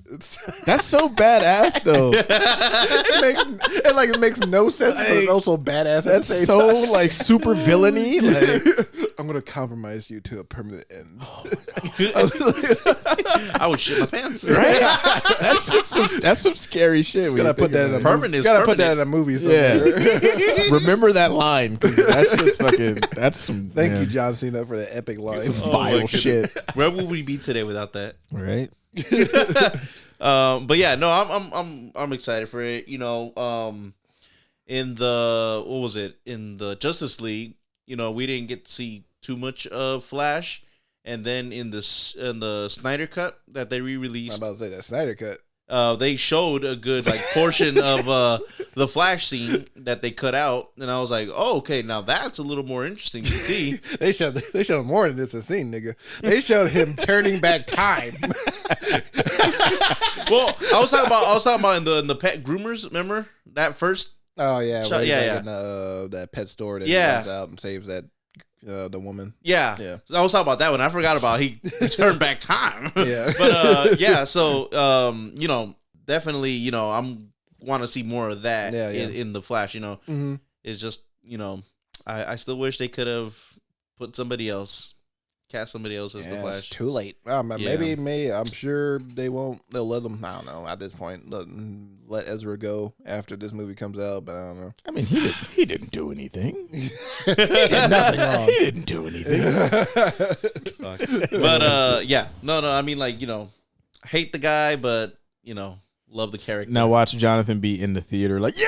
What? I don't remember that. I fucking what? I've always been a huge fan. You're stupid. Shut up. This movie is stupid. You were stupid. You're stupid. He's gonna be the opposite of the guy that Bo is afraid. Oh yeah, like this movie's a fucking. He's gonna be like, "Yo, this is fucking great. This movie's fucking amazing. This is the fucking best This is the ever." opposite of a career killer. Oscar. It's like this is Oscar for Ezra Miller. superhero classic gold. Oscar for Ezra Miller right now. Oh god. Mark it. That's gonna be Jonathan. Oh my goodness. But yeah, then the last trailer was for the newest Hunger Games film, The Hunger Games: The Ballad of Songbirds and Snakes. Never a long title. It's a long Not as long as George Foreman. No. but like it's still The pretty super long. heavyweight of the grilling The world once and championships. The once and future king. Like what? Like, just call that shit George or Foreman. Right. But yeah, this is an interesting one. Obviously, it's a new entry into the Hunger Games franchise. Those movies ended like back 2015. Yeah, a while ago. something right? around Yeah, there, a while ago. And but yeah, this is a prequel to those films. This is about remember President Snow from those films, the villains from those original movies. Right. This is about him as a young man. And I think he like falls in love with this girl from District 12, and yeah, like this is pretty much him becoming a supervillain. I like down the line. I like the I like how I like the prequelness of it, Yeah, where it's like in the old times, and so I kind of like that. I like that idea. I think because I just watched the Dune trailer again. It kind of almost feels like it wants to be a blockbuster, but now I'm in my mind. I'm gonna probably be comparing every single trailer to the Dune trailer. yeah, Because like how Alex said, like that feels like a blockbuster, and the Hunger Games. When I watch it, it's like, oh, it feels like it wants to be a blockbuster, but now I feel like Dune 2 is like, no, this is now a blockbuster. This is exactly, yeah. You know what I mean? blockbuster level right here. So not saying that it's gonna be bad, but just watching the trailer, it feels like, damn. Now it seems like you kind of have to step up your game now. exactly. right. So Yeah, I think it looks cool overall. I like the look. Like I said, like the prequelness of it. I like the more ancient looking look to it. Yeah. It looks like it looks older. I like how. Of course, I like Peter Dinklage and seeing Peter Dinklage and Viola Davis in it. the dinky. Dinklers is in it. Dinklage. Yeah, Dinklage. Yeah, they look really great in it. Yeah, what's her And, name? She looks. Mm-hmm. I to me like, seeing her in like kind of that role, it's different because it seems like she's kind of got to twist the psychoticness a little bit up. Yeah. Where literally, and we'll talk about it with Air, where like she plays fucking Michael Jordan's mom, Yeah. who could probably not be less psychotic or not psychotic, something in that vein. Yeah. But then in like the Hunger Games, she just looks insane. Right. Yeah. Exactly. So- Yeah. And it's directed by the director of the last couple of the Hunger Games films, Francis Lawrence, and he also directed I Am Legend. Which is interesting. But yeah. Basically, I remember someone describing it as like the first couple movies, the Jennifer Lawrence ones, were about making a hunter into like a performer, and this one's about making a performer into a hunter. Okay. So yeah, that's how they described her character, I could see that. which is pretty cool. And yeah, I read the books for the original ones, the original book. I haven't read this newer one, the one that this one's based on. So this is all new to me. So I'm interested to see how they turn that out. I heard the script from an insider thing from that people said that the script for this is really great. I thought you had a insider. Yeah, I was like, what? Like, inside source. Inside source. Maybe I do. Oh, He's on strike right now, so he has a lot of time. Yeah. But yeah, I've heard the script for this is really great. So I'm expecting a solid movie. yeah. Okay. Yeah. Great cast, though. What do you think of it, John? Yeah. No, I mean, I'm excited for the cast that's in it. I saw some, what is it called? Like, what do they call, like, cameo, I guess, characters that are from the original trilogy. Mm-hmm. Like what's his name? The guy who's like the announcer. Oh, Flickerman. Yeah. Yeah, Jason Schwartzman. And playing, I wonder if Elizabeth Banks is gonna be in it again. You remember? Maybe like a version of her, like a younger version or something. I don't know, but like an ancestor. yeah. This is so past like the fucking Uh-oh. back to the start, but I watched Cocaine Bear, and when you said Elizabeth Banks, I was like, that's what else I watched. Cocaine Bear. Still haven't seen that yet. Yeah, it's fucking wild. Okay, yeah. Check it out. Yeah, we'll talk about it another time. But yeah, we're all looking forward to this. Yeah. Cool. I would say so. Coming out Yeah. November 17th. Oh, Dune comes out in November. Oh, that's right. But day, what day though? I'm trying to see. Prioritize. November is a pretty wild, Yeah, wild month though. But Prioritize. that's gonna be. I'm gonna prioritize Dune over this. I was gonna say like if you're the Hunger Games, like would you move up like in October? November 3rd. So they, yeah. Oh yeah, then yeah, they got that Marvel movie coming. The Marvel's coming out like a week after Dune too. So yeah, I mean, who's gonna watch it? busy. Oh yeah, women hater. No. You should see his shirt right now. No. says, It's "I a plain white shirt. It says I hate women. It's a plain white shirt. Oh god. But yeah. I'm gonna talk about the movies we watched. Jamal's pick. So last episode I had suggested Locke. This is Locke. It's a silent E, people. And so the reason I suggested it was because I like Tom Hardy. I think he's really good. And then it also just takes place in just a car. And it's mostly just him on a phone with a bunch of different people. And so, but I didn't know like the whole kind of plot of the film. But then as I'm watching it, and it's just like he has to tell his wife that he's having a baby by a woman that he barely even knows. Yeah, with another woman. And I hope she can accept the fact that he's man enough to tell her that. That was Usher Confessions Part 2. No, yes. But no, it was really good because Tom Hardy is basically carrying the whole film. Oh yeah, that's 100% his movie. And it's just like how much range and emotion can you get out of somebody just like in a car? Yeah. Just talking on the phone to these people. But he does it fantastically though. And just the moment where like he has to tell his wife because he can't avoid doing it because he's literally driving to the hospital to go see, you know, his offspring being born, I guess. And then like his son answers the phone the first time he calls and he's like, oh shit. Like, You know who's the voice of his son? no. It's Tom Holland. No fucking Wow. Pre Spider-Man Tom Holland. Okay. That's a nice little little Easter egg. Yeah, exactly. Yeah. That's really good. I looked at it, I was kind of like, it's kind of sounds familiar, but I'm also like, probably nobody. Then I'm like, oh shit, it's Tom Holland. Huh. Yeah. See, now I feel like I'm gonna have to go back and watch it. Yeah. But yeah, so his son answers the phone, and his son is happy because there's a football game coming on, and like his mom is like, oh yeah, I got sausages, and she's got that beer that you like, and like the son is just excited because he just wants to spend time with his dad and watch this football game. And then he's like, well, I'm not coming home, son. That's not happening today. That's a great impression. I honestly surprised myself. Like, My name is Ivan Locke. honestly surprised myself how good I fucking had that motherfucker. Like, No practice at all. no practice at all. But yeah, so it's just like he's telling his son, oh no, I can't. I gotta go fucking, I gotta go do something. And then his wife ends up like in the fucking closet and just going crazy and shit. Vomiting, just like, mom's not coming down. And then he also has like this business, a construction business, and they're building a wall. And it's like the biggest job that they've had. And he's like, well, I'm not coming. And that's just not happening. So good. And so then he sets up this other guy who definitely doesn't know what the fuck to do. And he has to do it all over the phone. He has the paperwork and shit. So long story short, I enjoyed it. I give it a solid good mid. So yeah. Nice. Jonathan, what you think of it? You didn't watch it. I was meaning to watch it.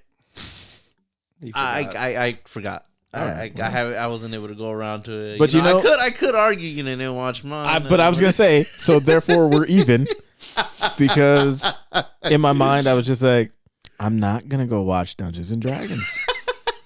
I'm just not gonna do it. So we're even. You missed out on a good film. I didn't miss out on a good one. Oh, no, but in all honesty, I was meaning to watch it. I just completely just went in my head. I will watch it though eventually. He was so distraught over Abbott Elementary with the writer's strike. Damn it! It paused my whole world, you guys. I'm so sorry, Quinta Brunson. I need me my Zach Fox. Alec, what'd you think of it? I thought it was really good. I liked it. I love contained little things like this where it's like one location, maybe even one character. Yeah. And it's like acting against himself. It reminded me a little bit of that movie that Jake Gyllenhaal did a couple of years ago on Netflix. What is it? Oh, with Enemy? Antoine Fuqua. Nocturnal. What was it called? And with Antoine Fuqua, Yeah, right? the Antoine Fuqua directed it. I forget what it's called. It's where he's like his twin or something. No, it's a different one. It's, he plays a 911 operator. Oh dispatcher. yeah. The Guilty. That's what it's called. Yeah. The Guilty. The Guilty. Yeah, I like that one. That was a pretty solid one too. But this one, I think this one's better. Felt more interconnected. Interconnected with how he's dealing with his job, and then he's dealing with like his cheating thing going on. Yeah, I like that, and how Tom Hardy just like kills it. It's funny to me because Tom Hardy sounds different in every movie he's in ever. Yeah, and like, Even like Bane? Even Bane. Even Bane, oh, absolutely. But yeah, then when he's here, he sounds like the most British man possible. Like Jamal's accent, like his impression was like basically exactly the same. like, spot on. Yeah. I am Ivan Locke. Oh no, I cannot go home tonight. But no, he's fantastic in it, and this is a really strong script all around. Yeah. And I love the cinematography, like him like coming out, shooting from the window, like all you can see like the construction outside and everything, all the cars passing by. It looked very cinematic and like feels like as the night goes on, it gets sleepier.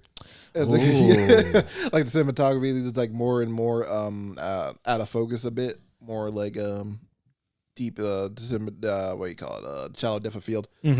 More like that. I like how this feels like that. It felt like he was driving for a while for a long time. I mean, I don't know how long. Yeah, I was where he lives to like London, I believe he was going to. So I'm assuming it was like a 3 hour drive, 3.5 hour drive. Because I was looking at him like, damn, he's going. Yeah. And then I was so expecting the lady to call him back and just be like, oh, baby dead. And he's like halfway there and he's got to like turn around. But did you see like in the beginning where he was sitting at the stoplight and I think he had his blinker on to go left. And then he sits there, the truck honks at him and then he goes right. Oh, okay, yeah. I think he was going home, and I think he was gonna be like, "Fuck it, I don't give a fuck." Yeah, but then he was just like, "No," and he instantly just makes that right. And I to me, that's such a great like, you got to make this choice here, but it's so kind of like maybe he's going the wrong way. Yeah, because he's tired. I thought when I first thought of it, I was like, "Oh, he's just tired." But now I'm sitting here, I'm like, "Oh no, he actually made that choice to go there." Exactly. Yeah. But yeah, I liked it overall. It's a really great film. I'll put it. I'll give it a mid peak. Okay. Yeah, I really enjoyed it though. Yeah, actually, I'll change mine to mid peak too. Mid peak. Yeah. It's an A24 film, Jonathan. To make you want to watch it more. Yeah. No, never mind. You know what? Fuck Okay. you. Oh damn. Oh shit! I did watch Beef too. Oh. Yeah. Talk about that more. I should probably just start writing my stuff down like you guys, because I see Alec. Yeah. He has like on his laptop. He's like box. he's got his whole shit. Real. Then I see Jonathan. He's got his iPhone, and then here I am just trying to remember it. It's like that doesn't help. So I should probably. Even though you have an iPad, I do. you have an iPad right in front of you. It's right there. It's like right there. Like I don't. Oh yeah, this. I don't- something. It just looks good to have it. Yeah, it doesn't even work. But yeah, let's talk about we watched. Me and Jonathan saw Evil Dead Rise. Okay. I'm gonna start off real quick because I'm a big fan of the Evil Dead franchise. I would say probably like my favorite horror franchise of all time. Nice. That and Scream and Final Destination. Those are Hey, I love fucking Final Destination. They're coming out with a new one. No. Yes. I mean, I don't know what it's about, but I know it might be on a cruise ship. Oh Which is no. like hell yeah. I haven't gone on a cruise ship, but now a new fear has been that's unlocked. wild. Do you think Final Destination could work better as a show in these times? Maybe. You know what I Maybe mean? each Like- season is about like maybe Like American Horror Story, each season could be about Or like something. every episode is like it ends with a death. Yeah, but that's it what I'm kind of saying, sets up like the. that'd be The next interesting. Yeah, I can see that. I don't know. I like it so much of the movie. I like it in general. It's Yeah, I true. don't- It is so fun to see how creative Only- they get with the kills. yeah. A cruise ship sounds wild. Yeah, I hope that's true. Yeah. That was a rumor, but yeah, Any kind of situation, I'll be fine. yeah. It's back in time. It's the Titanic. But yeah, Evil Dead's like my favorite franchise. I love those movies. I love how they mix comedy with horror and stuff like that. Especially Evil Dead 2. Shout out to Sam Raimi and Bruce Campbell. Yeah. And yeah. So I like the remake of it that came out a few years ago, like back in 2013. It was like super serious to the point where things come off as funny. Like unintentionally hilarious, but it was like grimy as fuck. It was like one of the most violent movies I've ever seen. Cause I rewatched it recently. I was like, God damn. And we know you like your violence. I do like my violence. I love violence. Violence is. I love Violence violence is key. in movies. Violence is not key. No. For Jonathan, it is. It's the way of life. I have violence all the time. But no, I really enjoyed this new one, Evil Dead Rise. I thought it was really good. Does this one have like comedy mixed into? Here and there, like if you like really like paying attention to it, Yeah. like, there's really funny, not really funny, but like this funny moment where you're like Because I'm looking at the trailer. I'm like, where's the comedy? it's in there. Okay. There's comedy in there, but yeah, there's like certain lines they say that are pretty funny, like when the humans the book takes over and they become deadites. That's what they're called. Basically, like there's like possessed people. Shit. Yeah, they're called deadites. And Deadass. it's hard, yeah, dead ass. Head ass deadites. But yeah, they become deadites. They start, becoming like evil dead. And they're like they're kind of like making fun of you the entire time. Wow. They're telling you to suck dicks in hell and stuff like that. I mean, you saw the movie, they were saying shit like that. Yeah, no, but I mean, I don't remember the book saying that, but okay. No, the book doesn't say that. The book makes them say shit like that. Oh, 'cause okay, they're yeah. He says it like, oh yeah, I've never No, seen that. I thought it was like the book saying No, like the book, it was like the book, okay. yeah. And I like the location of it. It's set in like a apartment high-rise building, which is a really cool location for this. And it's not as violent as the remake was, but it's still pretty violent. And I just love how they like had more creative like camera choices. With they had like split diopters and like really like fast camera movements and stuff like that. You don't see splits diopters anymore. No, not much anymore. Yeah, that's a very old school technique. Only like Tarantino does it now. Yeah. But yeah, that was really cool to see in the theater. And yeah, it was overall a fun movie. It was like lots of blood, lots and lots of blood, and cheese grater. Oh, yeah, remember that cheese grater, Jonathan? Right off the calf. Yeah. Well, that's a spoiler. Oh, my bad. Well, that's what the whole segment is about. Oh, okay. But yeah, I'm not gonna spoil too much because I think Jamal would get a kick out of it. I might check it out. Yeah, I feel like it'd be a fun movie to watch. Yeah. And but yeah, I'll give this one a mid peak as well. Okay. As a person that hasn't seen any of the Evil Dead Rise franchises and like movies. It's Evil Dead, not Evil Dead Rise. Oh, Evil Dead, my That's bad. what it's called, Evil Dead Rise. I haven't seen any of those. I haven't seen any of those. My friend is the one who suggested we go watch it because he's also a fan of the Evil Dead, movies, and like he's like wanted to see what the new one was versus like the old remake, the old ones and all that. And he loved the trailer for it, and I've seen the trailer because they kind of had it a little bit of everywhere. I saw it on YouTube and all that. And so when we went to go watch it, I went in with very, I guess like low expectations because I didn't know what to expect. Tell me why in the trailer, in the trailer, I thought it was Olivia Wilde. Because she looked very resemblant to like Olivia Wilde. I can see that in some scenes. Yeah. And then when I watched it, I was like, that's not Olivia Wilde. I was like, no, it's another hot white woman. He turned to his friend. Hey, that's not Olivia Wilde. you tricked me. I've been had. I found it a Olivia Wilde film. But I came out pretty much enjoying it. Like Alex said, it was for a movie that was, having to do with like killings and all that. I thought there would be a lot more blood and all that. Oh, there's a shit ton of blood. But I felt like they saved it all the violent parts till like the very, very end. Yeah. That's when I was like, holy shit. Mm-hmm. But yeah, I thought it was an interesting concept. There was a few things here and there that I was like, kind of had questionings or like was curious about, and my friend was like, yeah, they kind of took it a different direction in this one, only because like there were some things that like weren't explained or like that like they did in the previous ones but they didn't do in this one. Essentially it's a zombie, if I'm not mistaken, thing. This is like a zombie movie type of thing. Deadite. Yeah, or dead ass. Head ass. But yeah, then like that was the only thing that about like if you bite somebody, you turn. But there were some parts or instances where somebody didn't get bitten, but they still turned. That was my only thing. I ain't care about as much of the family as they probably wanted me to, but it's fine. That was the comedy part for Alec. I like how they turn. I like how they all ended up dead. Yeah, that was a shock. They killed the kids. Oh, that was epic. I was like, hell yeah. I was like, hell yeah. Yeah, they're killing the kids. Killing them. I was like, hell yeah. Let's go. Yeah. But yeah, there's a groupie whore in it. Damn. I want to call her a whore. That's what the sister called her. Yeah, I know. I was like, groupie whore. But yeah. But no, I would give it a mid peak. Nice. Okay. Yeah. Mid peaks all around. Yeah. I love how it began though.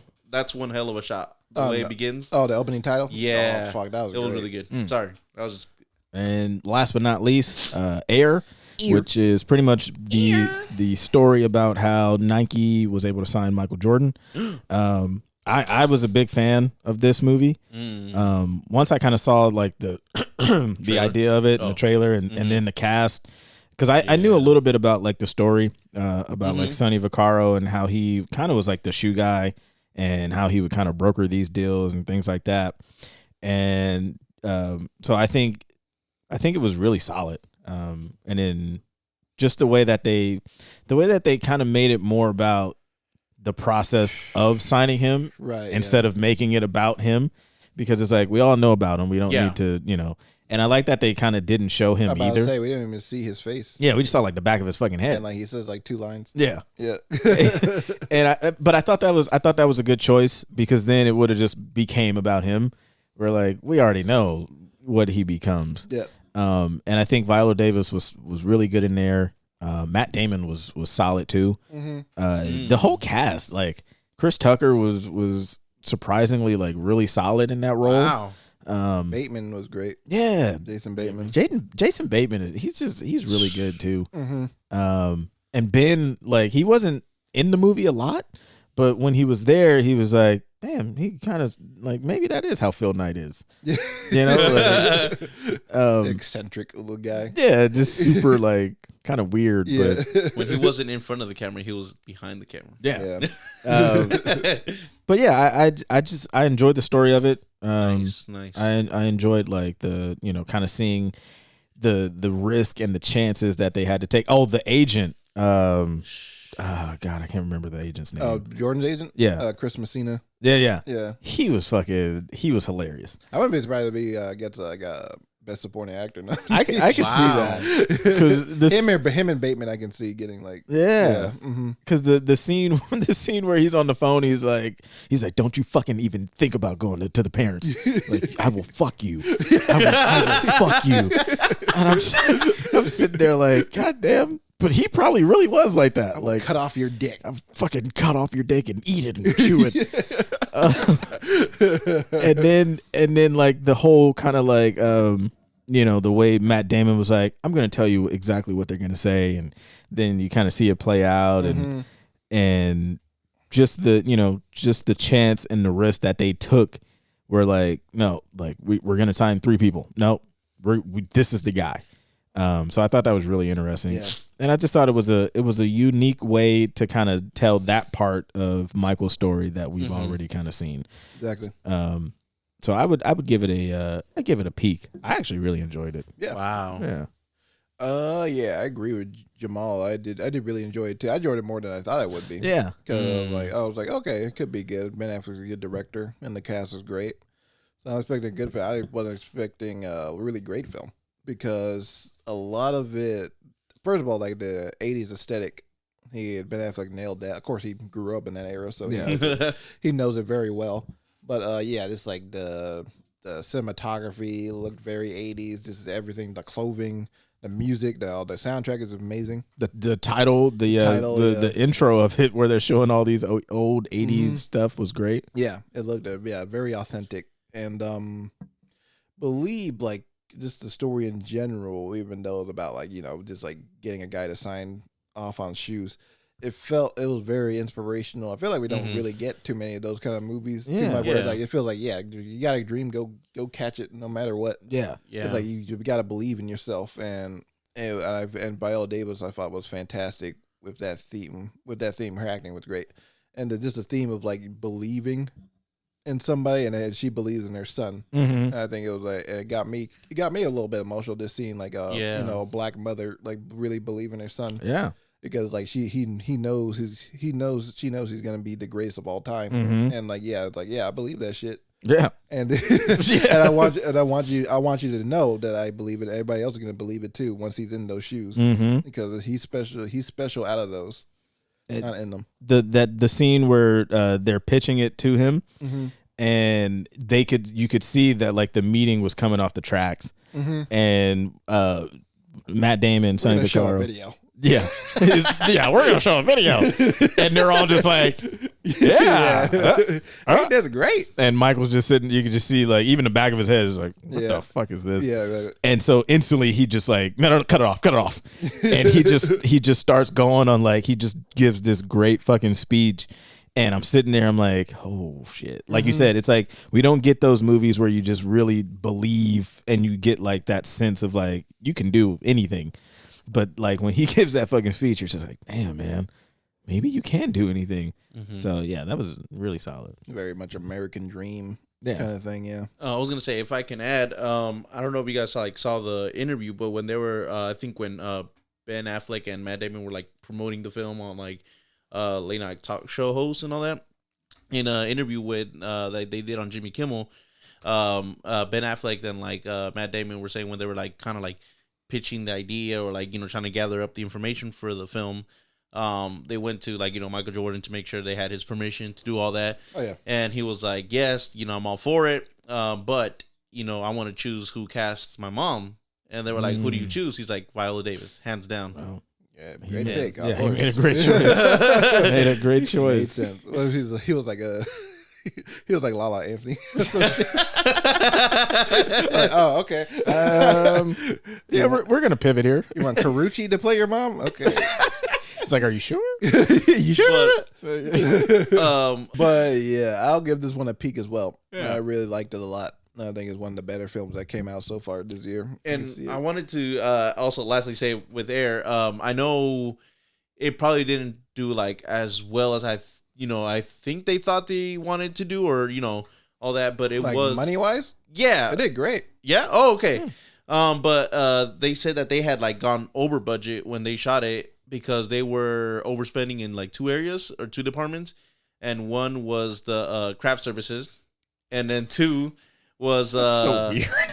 Make sure Ben Affleck gets his food. That's so weird. and then that because that's what they said in the interview, and then the number two I believe was like paying everybody, because he said that they made this film with Ben Affleck and Matt Damon's production company that they started together, and in their Artist Equity. yeah, and with their production company they like want to pay everybody, like crew specifically, that get underlooked Like a lot equally? and like very well paid, as better than like what other production companies you tend to pay That's them and all like that. their mission statement. Yeah. Nice. Mhm. Well, And I was like, yeah. that's why I said like, I thought that like, it didn't, I thought it hadn't done well, but now that I hear it has, it'll like push them to do And- more. And yeah. And I think they have like a really good style too. Mm-hmm. Like you can see what Ben wants, like, and kind of the way his films, at least with this one, like the look of it. Yeah.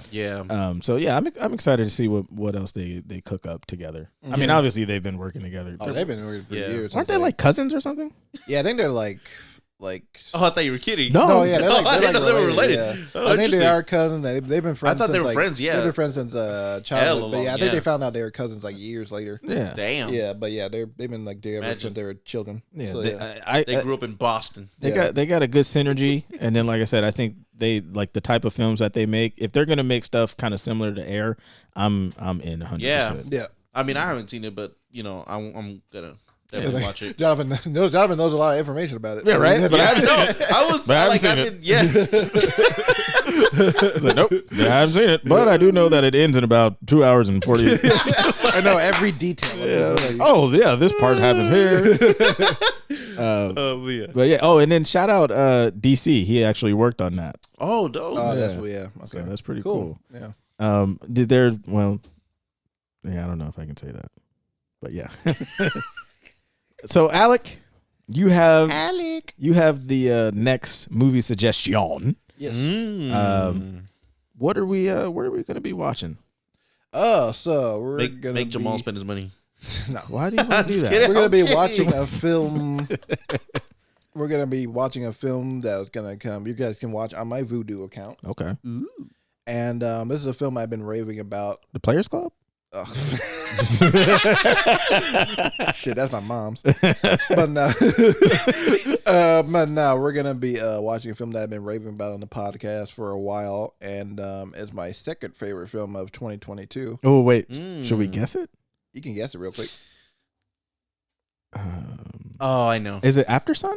Yes. I was just gonna guess it too. Yeah, I hate you. We're gonna watch After Sun. Okay. And just go into this movie knowing it's not a traditional narrative storyline, but it feels more like a tone poem than anything. It's like, yeah, but once you like really get into it, I think you guys are gonna like it. Yeah, I'm excited to watch that one. Yeah. Because I know like as our lead up to the Oscars, I kind of wanted to watch it. So and you rave about it, so I'm definitely interested in seeing it. And I mean, you didn't steer us wrong with RRR, so The greatest movie ever made. Well, until Fast 10. Until Fast 10, yes. Until Fast 10. But yeah, I'm excited for you guys to watch After Sun. Cool. Nice. Well, yeah. So we're gonna check that out. This episode's a little bit quicker. And hey, who knows? Maybe we might be keeping them under 2 hours if we can. we say that now. Then episode 17? It'll be 4 hours long. 4 hours long again. 24 hours. It's like, hey man, we're trying, but we just had a lot to talk about. Yeah. Yeah. But yeah. So we'll the show. Next episode we'll probably be longer. jumping into the writing room. Yep. Yes. Maybe that might be the episode title too. So there we go. Room. Episode 17, the title of it. Jump into the writer's room. Jumping into the Jump into writer's the room. room. Love it. But thank you people for tuning in and hanging out with us for this one, for Yes. episode 16. And we will be back with another one. And yeah. Everybody have a whatever. I don't give a fuck. Have a great week. Have a fucking, whatever. I don't know. have a fucking whatever. I don't Yeah. know what y'all do. Yeah. The fuck out of here. Bye.